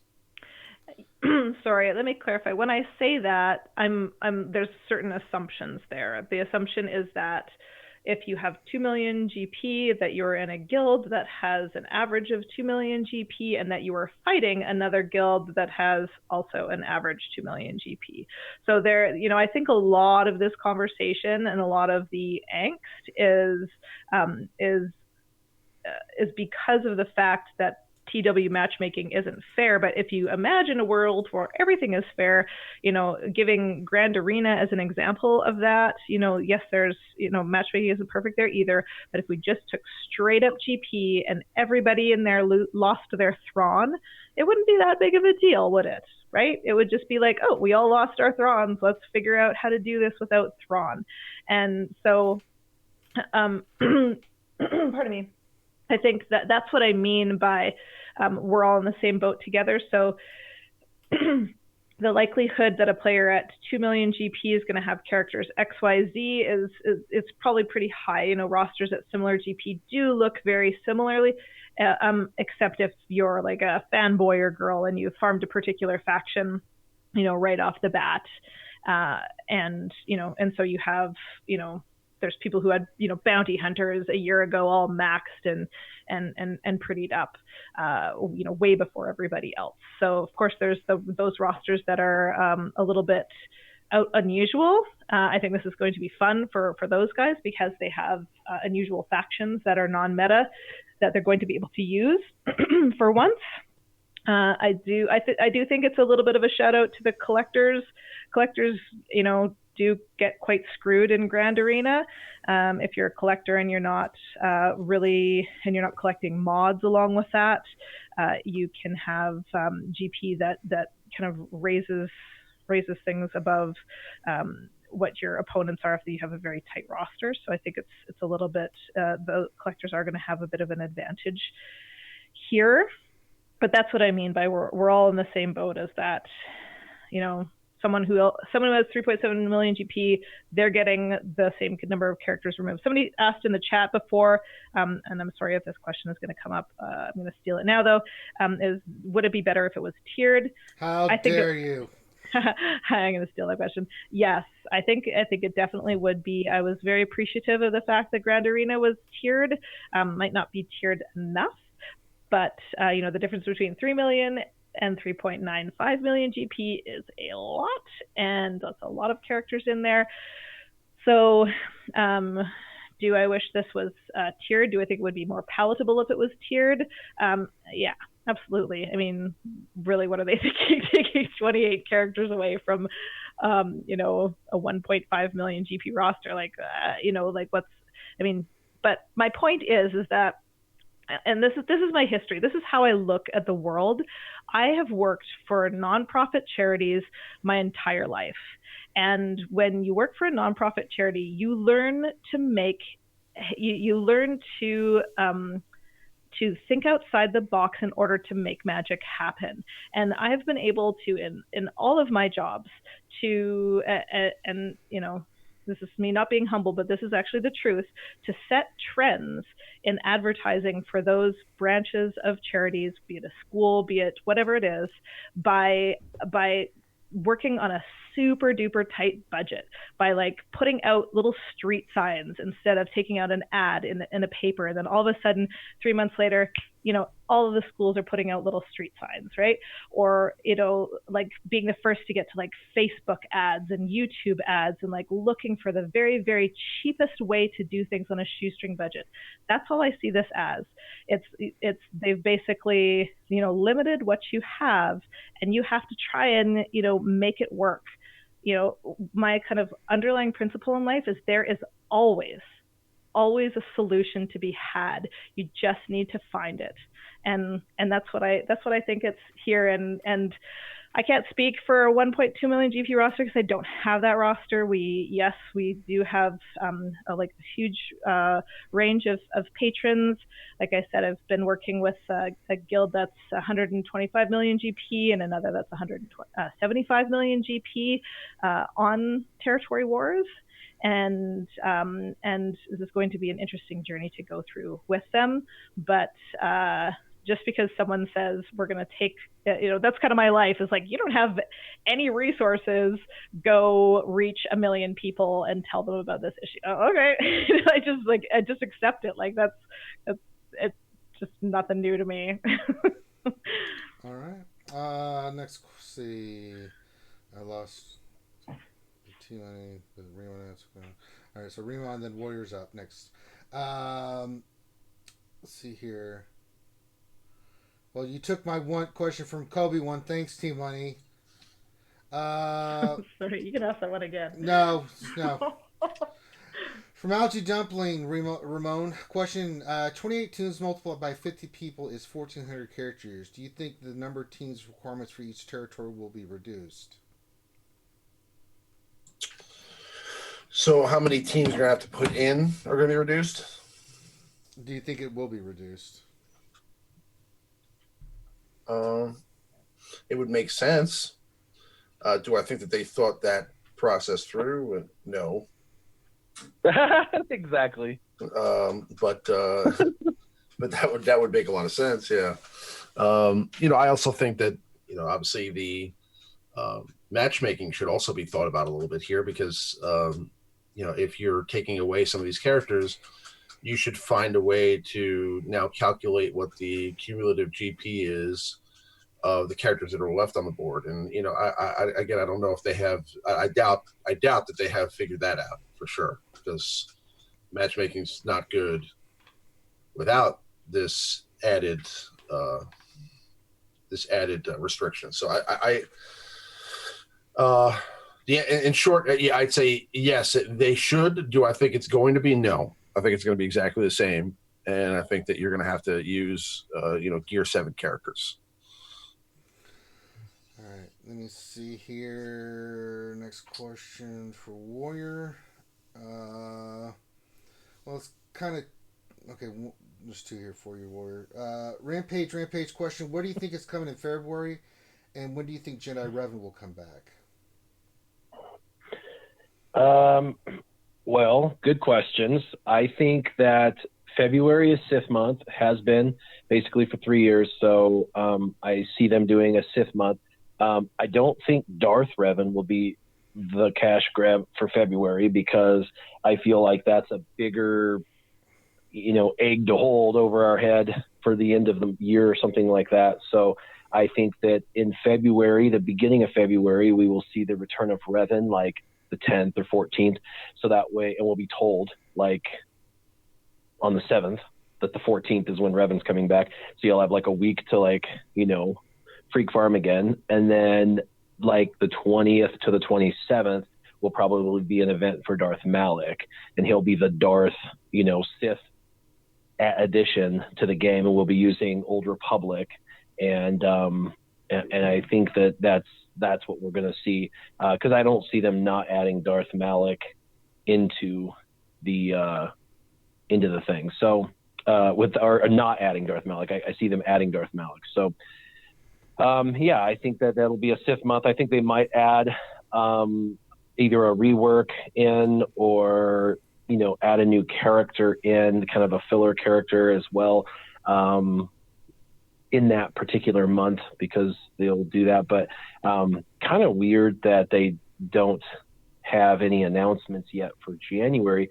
And apparently the road ahead is just something they're not going to do anymore, because last quarter they did a semi road ahead about stuff we already knew, almost 2 months into a 3-month window. And this month we're already into this is their fiscal end of, this is their last quarter of their year. Their year ends in March. So their January, February, March is their last quarter for their year, because their year is weird. So they're in the last quarter and there's no road ahead. And they've been trying to mix things up instead of, because for 3 years you could guess what they were doing and you were right every time, because they just were too cyclic with everything. But bringing certain characters out at certain times and things like that, it is, there's some similarities to that. But the fact that they pushed General Grievous and stuff out, who the heck knows? Maybe February will be Grievous month. I honestly don't know. Okay. And then next one from Gav P. Question: which bounty hunter ship is best to farm first, Cad Bane's or IG-88? How is the best bounty hunter ship team set up? Best capital ship, best company ships, etc. Who's that a question for? Warrior. Oh, I'm sorry. I thought I already took a question, but go ahead. What was the question? They're coming in groups for you guys, so I'm kind of grouping them together. So because there's going to be quite a few for T Money next, and then so I'm just scooping them and grouping them a little bit here. So that was for scooping you. and grouping. Go for it. So, but yeah, if you could, Warrior. Go ahead. Give me the question. I was checked out. Oh, sorry. Which bounty hunter ship is best to farm first, Cad Bane's or IG-88? How is the best bounty hunter ships team set up? What is the best capital ship, best company ships, etc.? So Cad Bane definitely first, and then IG second, of course. IG is inconsistent in his damage and is a single target damage dealer. Cad Bane goes stealth, really hard to get to, puts a nice debuff down, can shoot a couple of times on his attack, and he has an AoE. Any AoEs are great because there's a lot of stealthing going on. If you can smash people even when they're hiding, that's great, especially when they're hiding behind a Houndstooth. You could just kill them all, even with Houndstooth taunting. That's awesome. So definitely XB. And as far as the ultimate comp, it really just depends on kind of what you have and what you're facing. I mean, you can throw it in under Mace, it works really well. You can throw it under Tarkin, it works really well. You can throw it underneath the Chimera, it works really well. Even Akbar works well because it gets a ton of protection back. In fact, those ships under Akbar work really, really well. It's just not a lot of people run with a maxed bounty hunter squad.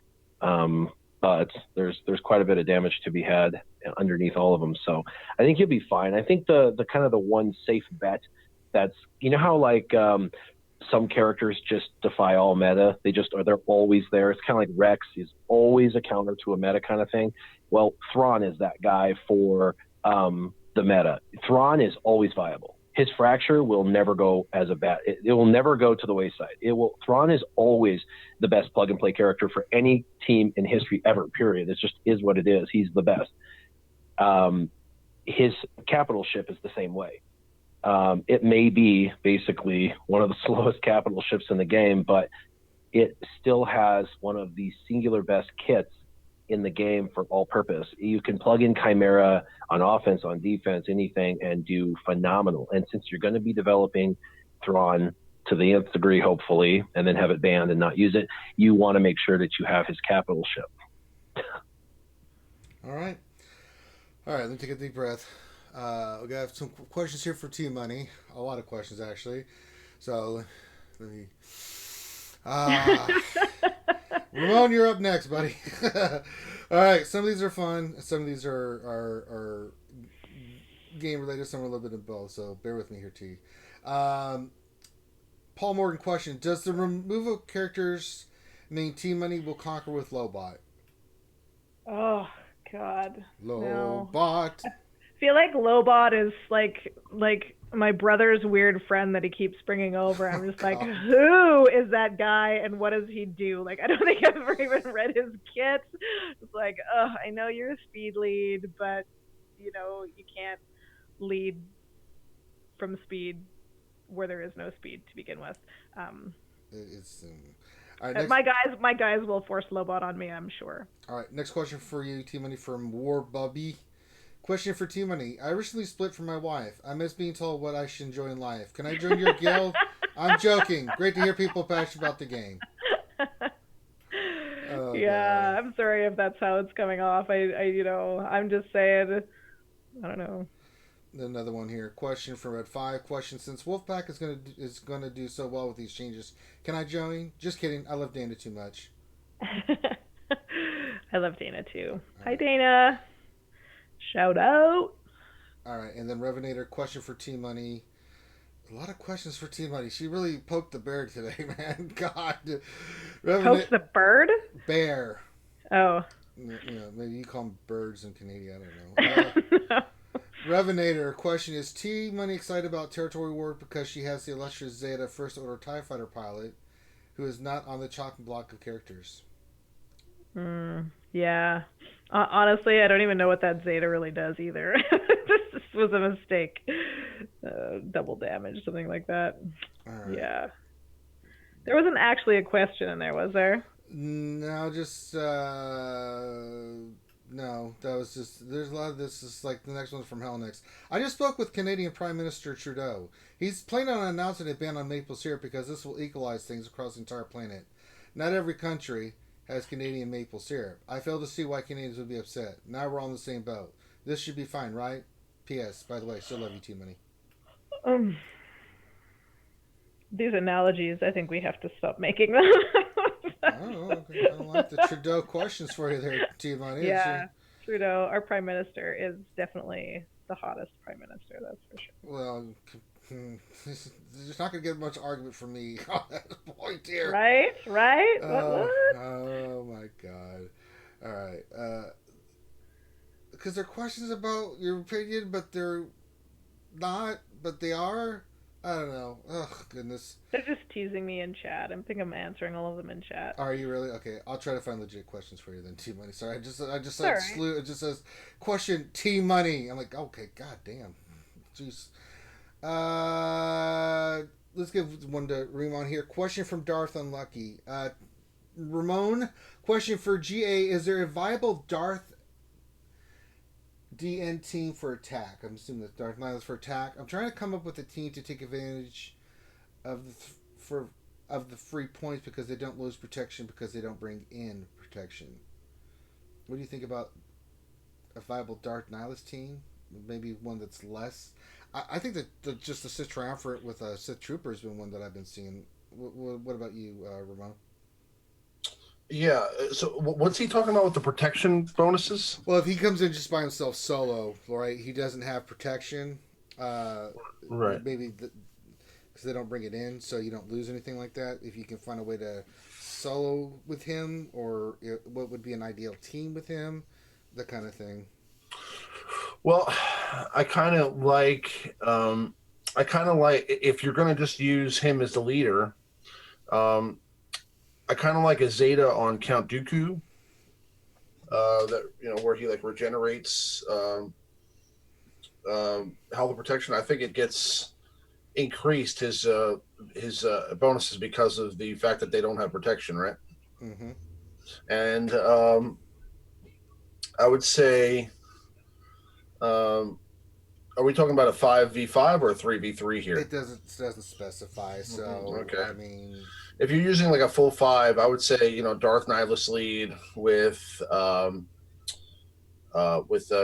Dooku. Again, if you're trying to kind of think of something that's outside of the box here, because obviously if you're going to use Nihilus on this team, you're not going to use him with Traya. So again, if you have Traya and Scion, I would throw them on the team too, for sure. The Sith Triumvirate with Sith Troopers, a 4-on-5 works really well if you're looking to get those extra points. I don't know. Other than 3v3, I don't think there's a 5v5 scenario where Nihilus does well per se. Yeah. I don't think there's a 5v5 scenario where you would rather. I don't think there's any scenario where you'd rather have Nihilus leader than any of the other options that are out there. But honestly, if you're going to run a Nihilus leader, and this is just the exercise here, I would say Nihilus lead with Count Dooku, Scion or Sith Trooper, whichever you have. And then I would run Sith Assassin and probably Darth Sidious with Zeta. All right. Voborian just had a question. Do you think Thanos just took over CG? That snap you just heard was me using the Infinity Gauntlet, and half the characters in Galaxy Heroes just disappeared. No, Thanos didn't take over CG. All right. Warrior, we'll go to you next. Let's see here. What else? 73 question. You're up next, T-Money. And I've got legit questions other than robots for your team. What else? 73 question. I put a team of Emperor Palpatine. This is for you, Warrior. I put a team of Emperor Palpatine, Vader, Tarkin, Royal Guard, Gear 8, and Effin Basila. No Zetas on defense. It keeps holding for multiple battles. I'm not 100% sure why. Wait, I gotta break this down. Hold on a second. Question. I put a team of EP, Vader, Tarkin, Royal Guard, and Fallen Basila. No Zeta on defense. It keeps holding for multiple battles. Okay. I'm not 100% sure why. Can you explain why this might be happening? So it's a team with EP Vader, Tarkin Royal Guard, who's only Gear 8, and Evan Basla. I'm assuming it's a 3 or 4-star Evan Basla, but it seems to be doing really well. Well, so every single character debuffs, and a lot of them debuff by AoE, and every single debuff is turn meter when it expires. So, but he doesn't have the lead Zeta. Did he say he did not have the lead Zeta on EP? No Zeta on defense. This is all he put for the Zetas. I don't know. It's kind of no Zeta. I'm assuming means no EP lead Zeta, but if it's an EP lead Zeta, then that's exactly why. Because that's just a smoking fast team. It really is. It's just once it gets cranking, especially with Tarkin underneath EP, that's just chaos. It's like woohoo, it's super fun. But without the Zeta, I don't know. It just must be that people don't know how to deal with that particular team. They're taken in the wrong. We're talking about either arena or grand arena or territory wars, whatever. People, it's funny. It's like the first time I played grand arena, the very first guy I went against actually is not that good of a player. He put out a bunch of crappy teams, and I struggled to clear his board because I had to figure out what in the heck beats this. I said, how long had it been since I had fought a Phoenix team? It was like, oh my gosh, I haven't fought a Phoenix team in forever. And I'm like, I know Wampa, but then I had put Wampa on defense at that particular time. And I was like, oh man, what am I going to use? Well, I ended up just trying my Ewoks, and it worked really well. But because Ewoks are kind of the solution to most problems. But it's one of those things where it got me to creatively think like, man, I don't know. And so if he's going against people that, don't see that exact combination of, characters, and Fallen Bastila is like, it's no joke. She's top 5 best Sith, period. So if you don't have her developed, then you're doing yourself a disservice. She should be, even at 3 stars, the way they gave her to us, she should be, gear 11 if you can do it.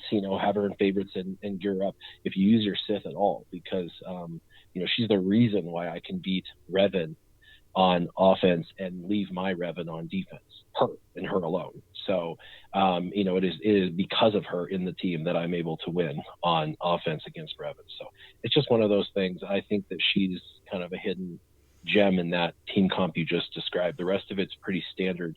But Darth Vader is pretty tanky. So he's hard to kill. Royal Guard is a really good for that team tank, because he protects that character. You get Emperor Palpatine almost dead, he taunts, and then Emperor Palpatine heals, and you're like, damn it. So that's the whole point. Royal Guard heals on his ability, I think, too. His defensive up one, I think, or gives health up. Heal over time. Yep. So it's a solid team, especially if you got speed on it. If it goes first, you've got a great shot of beating a lot of teams. I used the Emperor Palpatine Vader Tarkin combination for offense. It's still really solid. All right, next one for you, Team Money, from Nick Mark. Question: what's the best team for Heroic Sith ready to focus on first? The most useful in other game modes? Revan? Well, I think, if I was, again, feel free to add your GP in there, how many gear 11, 12 teams you guys have when you ask questions like this, because it just makes our answers more trustworthy, right? But if I was starting from scratch right now, I would farm for Revan first. A lot of the Jedi are accessible. A lot of the Jedi are accessible in the different stores and such. You can get Grandmaster Yoda that way, yada yada yada. But I would farm for a Revan team first and foremost. So it's going to get you the biggest score in the Sith raid. Assuming that you're doing that on the side, I think that should be priority for everybody. Revan is coming back. Probably, I'm guessing. Well, we plotted out the drop dates of the second wave of Old Republic characters, and we predicted that they would drop in the stores on, I think it was December the 13th, and lo and behold, they did. So extrapolating from that, we estimated that based on Jedi Knight Revan's rollout, that there would be something dropping around mid-February for, in relation to these new characters. I think probably HK-47 might be required for that. I'm not sure. But anyway, Jedi Knight Revan will probably drop before that at some point. I'm thinking, maybe it's been announced already. I apologize if it has. I'm thinking like second, probably the third week of January is my guess off the top. Maybe first week of February. So so there's that. So get your farms in there. We've had months. If not Revan, then Rey. Rey is just such a strong team. Rey will beat Revan with Nest or C-3PO. They're just, she's just a fantastic character. She's always on my offense because she is just so great. She's one of the universal counters. She will beat absolutely anything except for I can't really get her to work against Traya. You need big offense and crit chance for that, and I just don't have the mods. But it's such a great team. Well, someone's not been farming their mods, eh? Okay. Well, we know what team it is. Let's not do a mod comparison. I've been so. Oh, you can look at my roster. I got my since October. What was it? October the 24th. I had 135 mods with double-digit secondary speed, and I counted them yesterday. I have 220 now. So do better. Snap! I've been putting almost all of my resources there, and it's been worth it. It's been nice to use all of my characters in Grand Arena properly. See what you did there. Okay, let's see here. Next question for Ramon. From All Me, question: assuming that this is the Falcon, any possibility they'll release Luke's X-Wing? Oh, old Red 5. Yes. I don't think it'll happen now. I think that we'll get Luke. Which iteration of Luke do you think would be tied to his X-Wing? Do you think that we would get the? Well, I mean, CLS. Do you think CLS would be the ship pilot? Most likely. I mean, you could go. Jedi Luke did fly. He still was Red 5, in Return of the Jedi. So, I mean, I don't know what iteration they'll use as the character, but you can go CLS, you can go, not Farm Boy Luke, hasn't become a pilot yet for the Robo Alliance, but CLS or Jedi Luke, if they ever brought him out, would put that in that category. Yeah, I would say that. I don't think we're going to get, that ship and then Luke's ship so close to it. I don't think Luke's ship, at least I hope they're not going to make Luke's ship a marquee ship. But I hope that they save that for later. There's definitely other ships they could put out first. I didn't really like that they did that with Anakin's ship, to be honest with you. I thought Anakin's ship was a little bit more important than... Well, he hates sand, so that's what you get. All right. John Davis, can J.J. Abrams fix Star Wars? Possibly. Helenix, question for Ranger. Oh, question for me. You know what everyone listening needs to do? They needed to laugh a little. Okay. So after the stream ends, everyone should visit my channel. Oh, for God's sakes, Helenix! Everyone just go visit Helenix. Damn. Shameless self-promotion. Yes, we know you're in the GRDS. Damn you, Helenix. You tricked me. And he says also, Helenix, is that what T-Money took away from my question? LOL. All right. Back to Warrior. Ben Raj, question, Warrior, is this a trial run for CG to balance the matchmaking between bloated territory battle-focused guilds and streamlined territory war guilds? If the best tunes are gone, it forces you to the bottom of the roster. Your thoughts, sir? Yeah, it's anyway, we've kind of beat this dead horse a lot today, but I think you just want to it's just one of those things where, it's a paradox. The game had a very concrete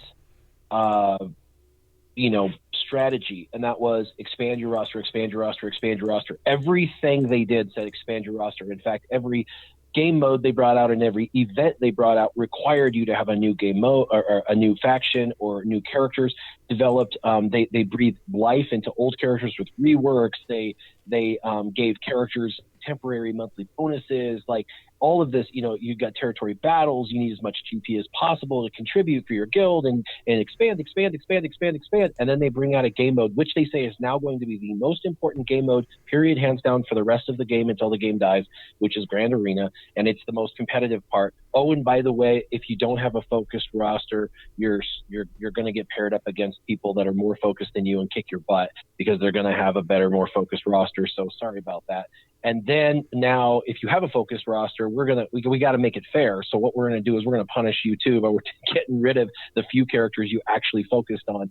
So, hey, we screwed both parties. It's not that big a deal. Like, what? You know what I mean? Like, it's like, are you guys? Do you want us to expand or do you not?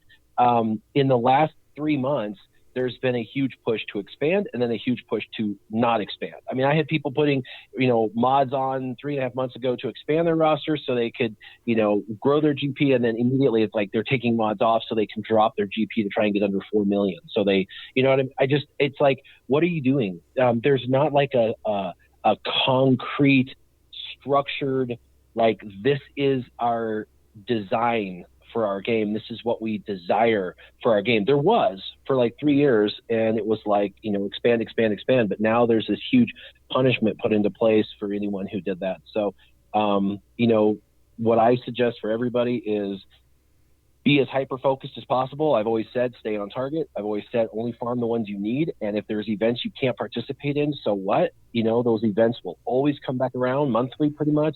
Some of them every other month or every 3 months. But, if you don't have a particular character, okay, it is what it is. If you can't do the mythic tier of a particular event because you don't have gear 12, so what? It's okay. You will eventually, at some point, get to there.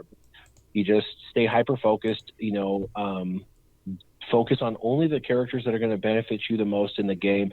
And then, it is what it is. And if you stay hyper-focused, it'll be good for some. And at this point, if you went into a guild and you only can contribute 1 million GP, but it was the top 12 best characters in the game, million GP, it wouldn't really, the team wouldn't really care anyway that you only have 1 million GP because they see you can compete in Grand Arena Territory Wars. So, yeah, I think staying on target and focused is better than just being a collector. And yeah, I think if you're a collector, you're gonna not do well in PvP. All right. Next question for you, Team Money. From Gav P. Question: my guild is going to embark on our first with the tunes to do it, and I think we have a chance. Heroic Sith raid. Are there any simple tips you'd give a guild on what to do and what not to do? What? Can you read the first part of that question again?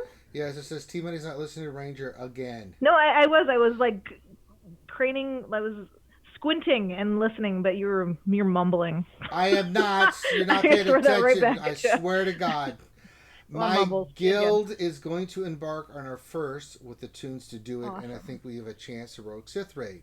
Are there any simple tips you'd give a guild on what to do and what not to do? Yeah, well, I mean, my tips, and this doesn't have anything to do with farming really, is you kind of have to prepare your guild for how much work it is going to be the first time you beat it. Something magical happens the first time you beat a raid, any tier, I'm sure, but particularly the heroic level of a raid. You crack that, you beat it, and then all of a sudden it's like CG turns down the RNG and it becomes really easy. So it's just that very, very first attempt where you actually get through that is difficult and that involves a lot of planning. So what I would suggest is you need to kind of prepare your guild and normalize how much work it's going to be just that first time. It's not something they have to do forever and ever and ever, just the first time. They are going to need to move mods, right? Period. Your guild is going to need to move, unless you guys have got it and you've got all the teams, whatever. I don't know where you're at, but you're going to need to move mods. You have to prepare people for that. Teach them how to mod, teach them how to mod JTR properly, teach them how to mod the Night Sisters properly, teach them how to build load, so how to create mod loadouts. Lots of people still are not using their mod loadouts. It takes all of 45 seconds to 60 seconds to go in and change all your mod loadouts for your raid tunes. And what's that? I'll show you after. I'll screen share with you. Oh, but really just prepare them kind of emotionally for how much work it's going to be that first time. Everybody has to show up. Everybody has to get their minimum requirements.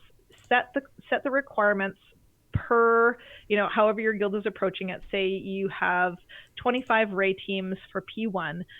That means every single person has to get a certain percentage of the raid, certain percentage of P1. Do not let people post if they get 1%. They cannot. It is not allowed. So you have to really put boundaries on things. You have to, just really kind of raw get expectations up just for that first one. And then after that, something magic happens and it just works.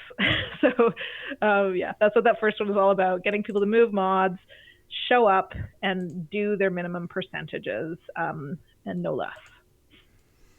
very nice. All right. Let's see. Next question for you, Ramon. Rampage says, question, a lot of people think we have the characters needed for Jedi Luke. What do you guys think? Personally, I don't think we do, because if we did, how would Capital Games make money? I think Endor Leia is what I'll say. Endor Leia. We saw her in the event for C-3PO. She had, I think, a pretty similar kit to the Rebel Leia, the original Leia in the game. But I think that they will retool that kit and put her out as a legendary character before we get Rebel Luke. That's my thoughts on it. I think we're getting Endor Leia. Very nice. Oh, very nice. All right. Next question for Warrior from Travis Anderson. Question for Warrior on my schedules now. Question for Warrior. I'm on my schedules now. How's the mission Zeta working for you, and are they better off on offense or defense? I would say they're definitely a phenomenal defense team, and any team that on their own regenerates health and protection is a team you should have on defense, which is why most defensive teams that people use at the high end have regenerative health and protection properties.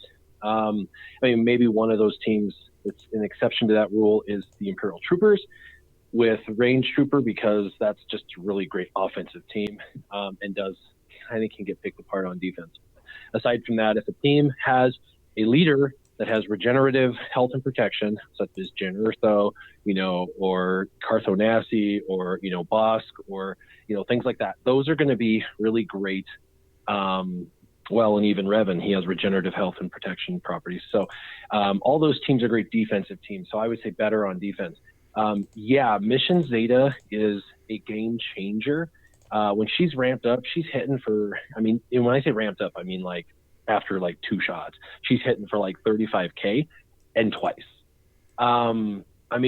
You can't take a team in there that's not like, you either have to take like CLS, Revan, or Traya. Like, you know what I mean? Like, you've got to take meta, like highest end meta to beat that, because there is so much damage. You have to be able to survive just to even, beat it down. So one of the preferred counters for it is the CLS team, the CLS Han Chewie team and stuff. And you've got to kill Vandor. If you don't kill Vandor, you're in trouble. The problem is everyone likes to go tank heavy on those teams, and they have Kira there as the lead, and she does surprisingly a lot of damage. And she has the AoE and the stagger, and so it makes it hard for you to take turns. And then there's Mission there, just whop, whop, and next thing you know, whop, whop, you're dead. Whop, whop, whop, whop, you're dead. It's like, oh my gosh, she's like going through my teams for help. And you've got 3 tanks there. A lot of times you've got like L3 going, heal everybody. I'm over here, guys. Heal everybody. I'm over here, guys. And then you have Vandor over there like, oh, hey, I'm prepared. If anyone dies, I will instantly bring them back to life. And then you've got, Zalbar going, hey, I'm taunting with Retribution over here. What's up, guys? I want to fight too. And you're like, I'm buff immunity on Zalbar. I'm going to ignore you. And then all of a sudden it's like, cleanse, and you're like, oh my God, this isn't happening.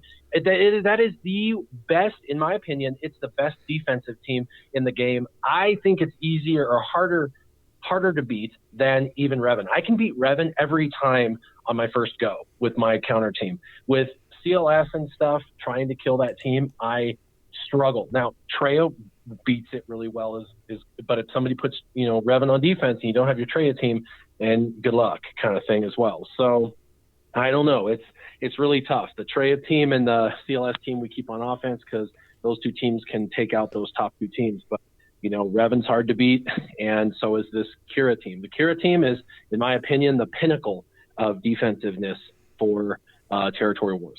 Gotcha. Am I the only one that would love to see a show of Warrior just like doing sound effects, doing the voices for all the characters and going through? I think that would be the best. I would totally do it. Oh my God! All right. See. Sorry, that made me giggle. T-Money, we have a question from the one. Question, how much syrup does T-Money really use on a daily basis? Inquiring minds want to know.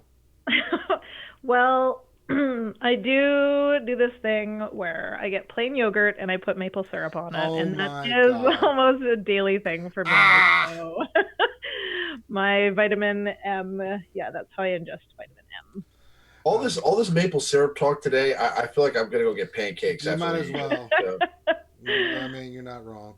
And then question from Doc Ariak. Let's see if I can get this one. Question: I Zeted 4-star Karth, and I want to try him with a Zeta mission and a Zalbar. And it says need 4 or 5. I guess do they need to be geared? What is this? Need 4? Doc Ariak? No, I can't. Your question doesn't make sense, homie. Need 4 and 5. I'm not sure what he's saying. Oh, he just needs the 4th and 5th slot. He wants to know. Oh, okay. I was trying to figure out what he was saying here. I know I'm tired, but I was looking at that like, okay, thank you. Thank you, Boyer. Yeah, no, that's okay. Because I use Karth, and there's a lot of like options. There's nothing that's definitive, set in stone that says this is the absolute best or whatever. But there's a lot of team composition potentials that you can kind of utilize. One of them I like to use is Karth as the lead with Mission and Zalbar, and then Canderous Ordo is surprisingly really good on that defensive team because he's just shooting incessantly. Just next thing you know, you got like 33. Ooh. You've got like 33 dots over your head, and you're like, oh my God, my guy's gonna take a turn and die. He can't go. Don't let him go. I gotta heal him. And now you're like caring about trying to heal someone because they're Canderous Ordos and crazy. And then you can throw anyone in that 5th slot, but a lot of people use Jahani even at 4-star or Nest. Nest is a great 5th slot because what people are going to do with Karth is they're going to try and bring in their overpowered Imperial troopers, and they're going to mow down your team really fast, which is what they'll do. So you put in Nest, and you've got Daze, and you've got that constant retaliation, and so it kind of stops them from using that counter. Nest is kind of who do you think they're going to use their Imperial troopers on? Put Nest in there, and she's kind of the anti-trooper team. Sure. You know what I mean? What about using Revan as a support character on the team like that? How dare you? It would be something that's if they did like banning using him as a leader, like in the future, because they apparently want to make it fun. I could see them having it set where like when you go to set a particular character, it says like event unit and it's like stuck on the bottom and you can't put him in leadership role. I could see something like that. And if you were going to be forced to not use him as a leader, then yeah. But Revan's he's too good a leader. No, I'm not talking about like I'm talking about like in an arena scenario. I'm not talking about in Territory Wars, Territory or Grand Arena. I'm talking about just a straight arena. Do you think that Karth? Straight arena Karth sucks. There's no way. I would not do that. No way. There's too many. Okay. Like top three meta beats this team every time, but it forces top 3 meta to be used. So that's the point, right? So when people are setting their top 2 defensive teams, and then they have only a couple of good offensive teams, they're now having to make really tough choices. Do we send in our OP meta to go against the Kira team, their Revan team, their Karth team, you know, a Django led, a boss led. Like now there's 5 meta teams I have to beat, and I need 5 meta offense teams. I only have 4. That's my problem. I run into this every freaking Grand Arena because I'm like, I put the very best of the best on defense, and then I'm stuck, and I've got like literally got to do 7 battles, and I only have 7 teams. And I'm looking at like 4 teams that need 3 of my teams. And I'm like, I only have 3 to 4. Who am I going to take? So I always lose by 1 team because I just don't have enough teams on offense. And so what a lot of people do is they cheese and they put, you know, crappier subpar teams on defense so they free up some of that offense so they can get the clear. I just refuse to do that. That's not in my blood. It's not in Team Instinct's blood. We set the very best that we think to be the very best, and we go on offense and do our very best on offense. And if I lose, screw it. I lose. I don't even care. So it is what it is. But it's really, really tough because on Territory Wars, it stretches you. But in an arena, I'd take Revan and smash it. I'd take CLS and smash it. I would take, you know, Treya and smash it. So it's just not going to hold. All right. The Warrior sound effects kind of jumped in there too many, so I'll give you another question here. Christopher White question. I'm about to get CLS, JTR, and Revan when he comes back. Should I save Zetas for Revan?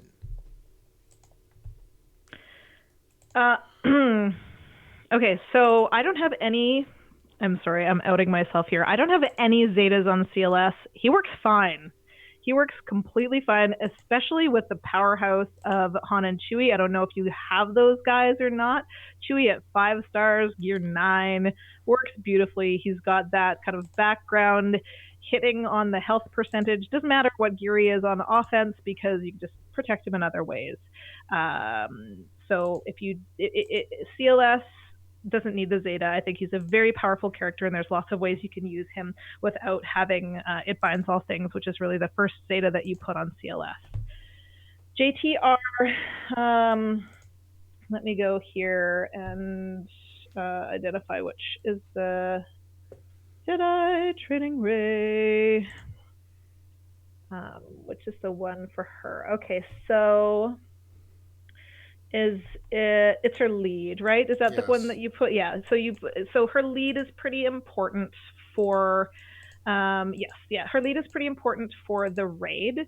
The Zeta is when a resistance ally uses a special ability, all exposed enemies lose 5% turn meter, which can't be evaded or resisted. When a resistance ally, maybe that's not it. Nope.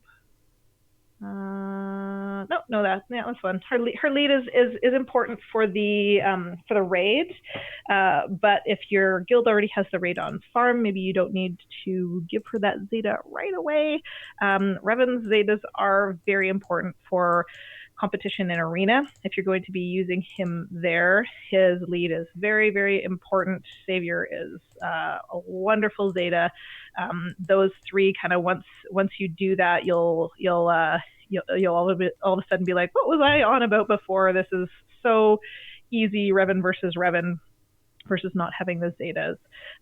They are 3 very important Zetas. So if I kind of had, if I had 3 Zetas and those 3 characters, I might be gutsy and give all 3 to Revan if my guild already had the raid on farm, and then give my next one to Ray as a leader. I don't know how many you're going to have saved, but I hope that answers your question. That's what I would do.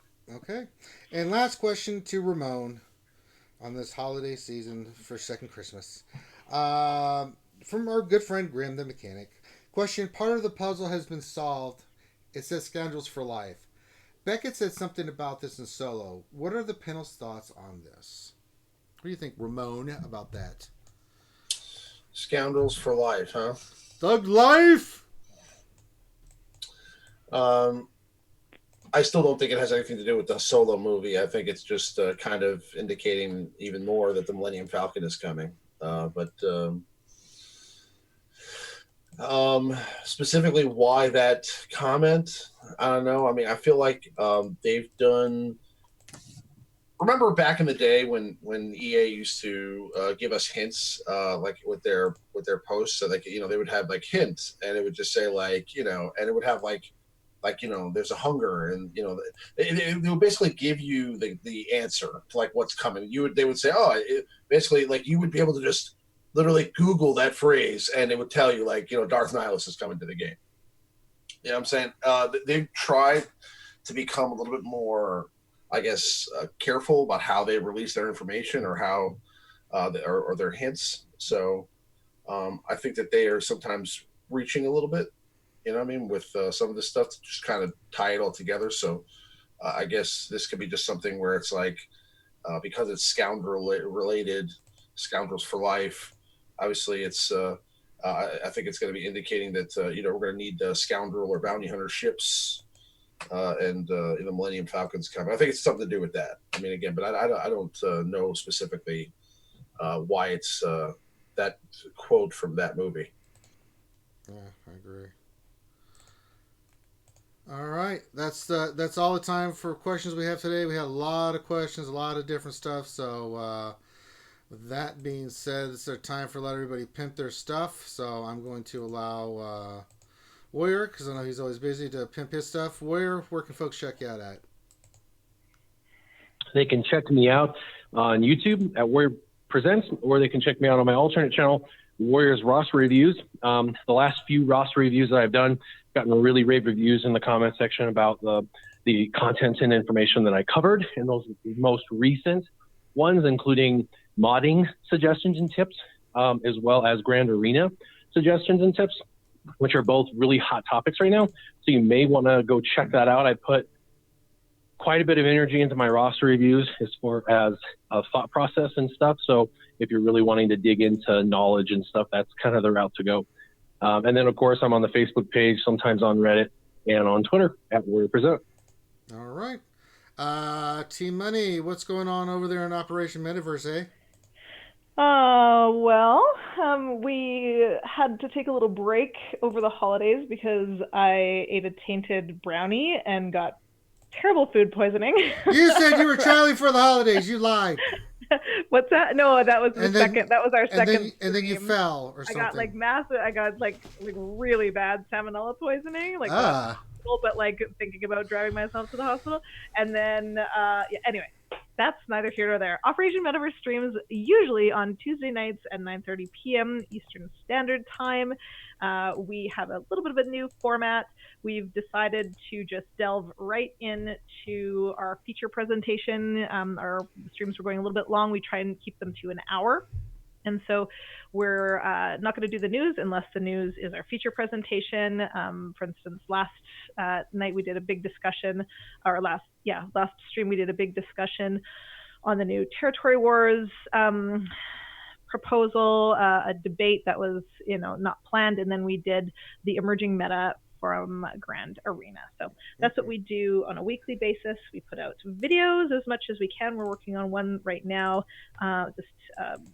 teaching people about how prepared happens on scoundrel squads, and we do patron workshops that have been very popular, and just did a survey of our patrons. It looks like our next one is going to be some combination of modding specific teams for TW and Arena, and slicing and dicing mods. So that should be coming up in the next couple of weeks. Sounds fantastical. And last but not least, Mr. Holiday Cheer himself, Ramon, where can folks check you out at, my friend? Well, on my YouTube channel at Ramon Azab, on Twitter at Ramon Azab, and I still regularly camp outside of Warrior's house to see what kind of compositions he's putting together for Grand Arena and Territory Wars. No, but we're doing a live show tomorrow night, so check it out. If T Money and Ranger have time out of their busy schedules, they may join me. If not, it'll be me, good old Maurice, and I believe Avinash will be joining us tomorrow too. So, all right. Sounds like a plan. Do me a favor, guys. Check out all these channels. Make sure you check out their videos. Give them a thumbs up on the videos. Subscribe if you haven't. They take a time out of their busy schedules to be here to answer all your questions here on the Jedi Academy, which we do every Saturday that we can. We miss things here for the holidays and stuff, but for the most part, we're here every Saturday from 10 to whenever we get done, p.m. Eastern time. But check out their stuff. Support them. Support the community. this helps you tremendously. So show the love and support. And if you're watching this here on the RSG channel, Reality Skewed Gamers coming at you. We do all kinds of streams all week. Tomorrow will be our D&D stream. We got a lot of awesome stuff coming down the pipe. You've already seen some of it already with a lot of the upgrades we've made and some stuff we got planned that we were planning on doing. So best way to do that and know when everyone's putting out videos and when we're streaming live is to subscribe. So if you haven't already, check out our ACS stuff. We've got the run for the American Cancer Society we're doing in April. So if you haven't, please check that out as well. So on behalf of myself and the Jedi Academy, thank you guys for being here. Hope you guys enjoyed it. Have a great rest of your weekend, and we will check you out on the flip side. Peace.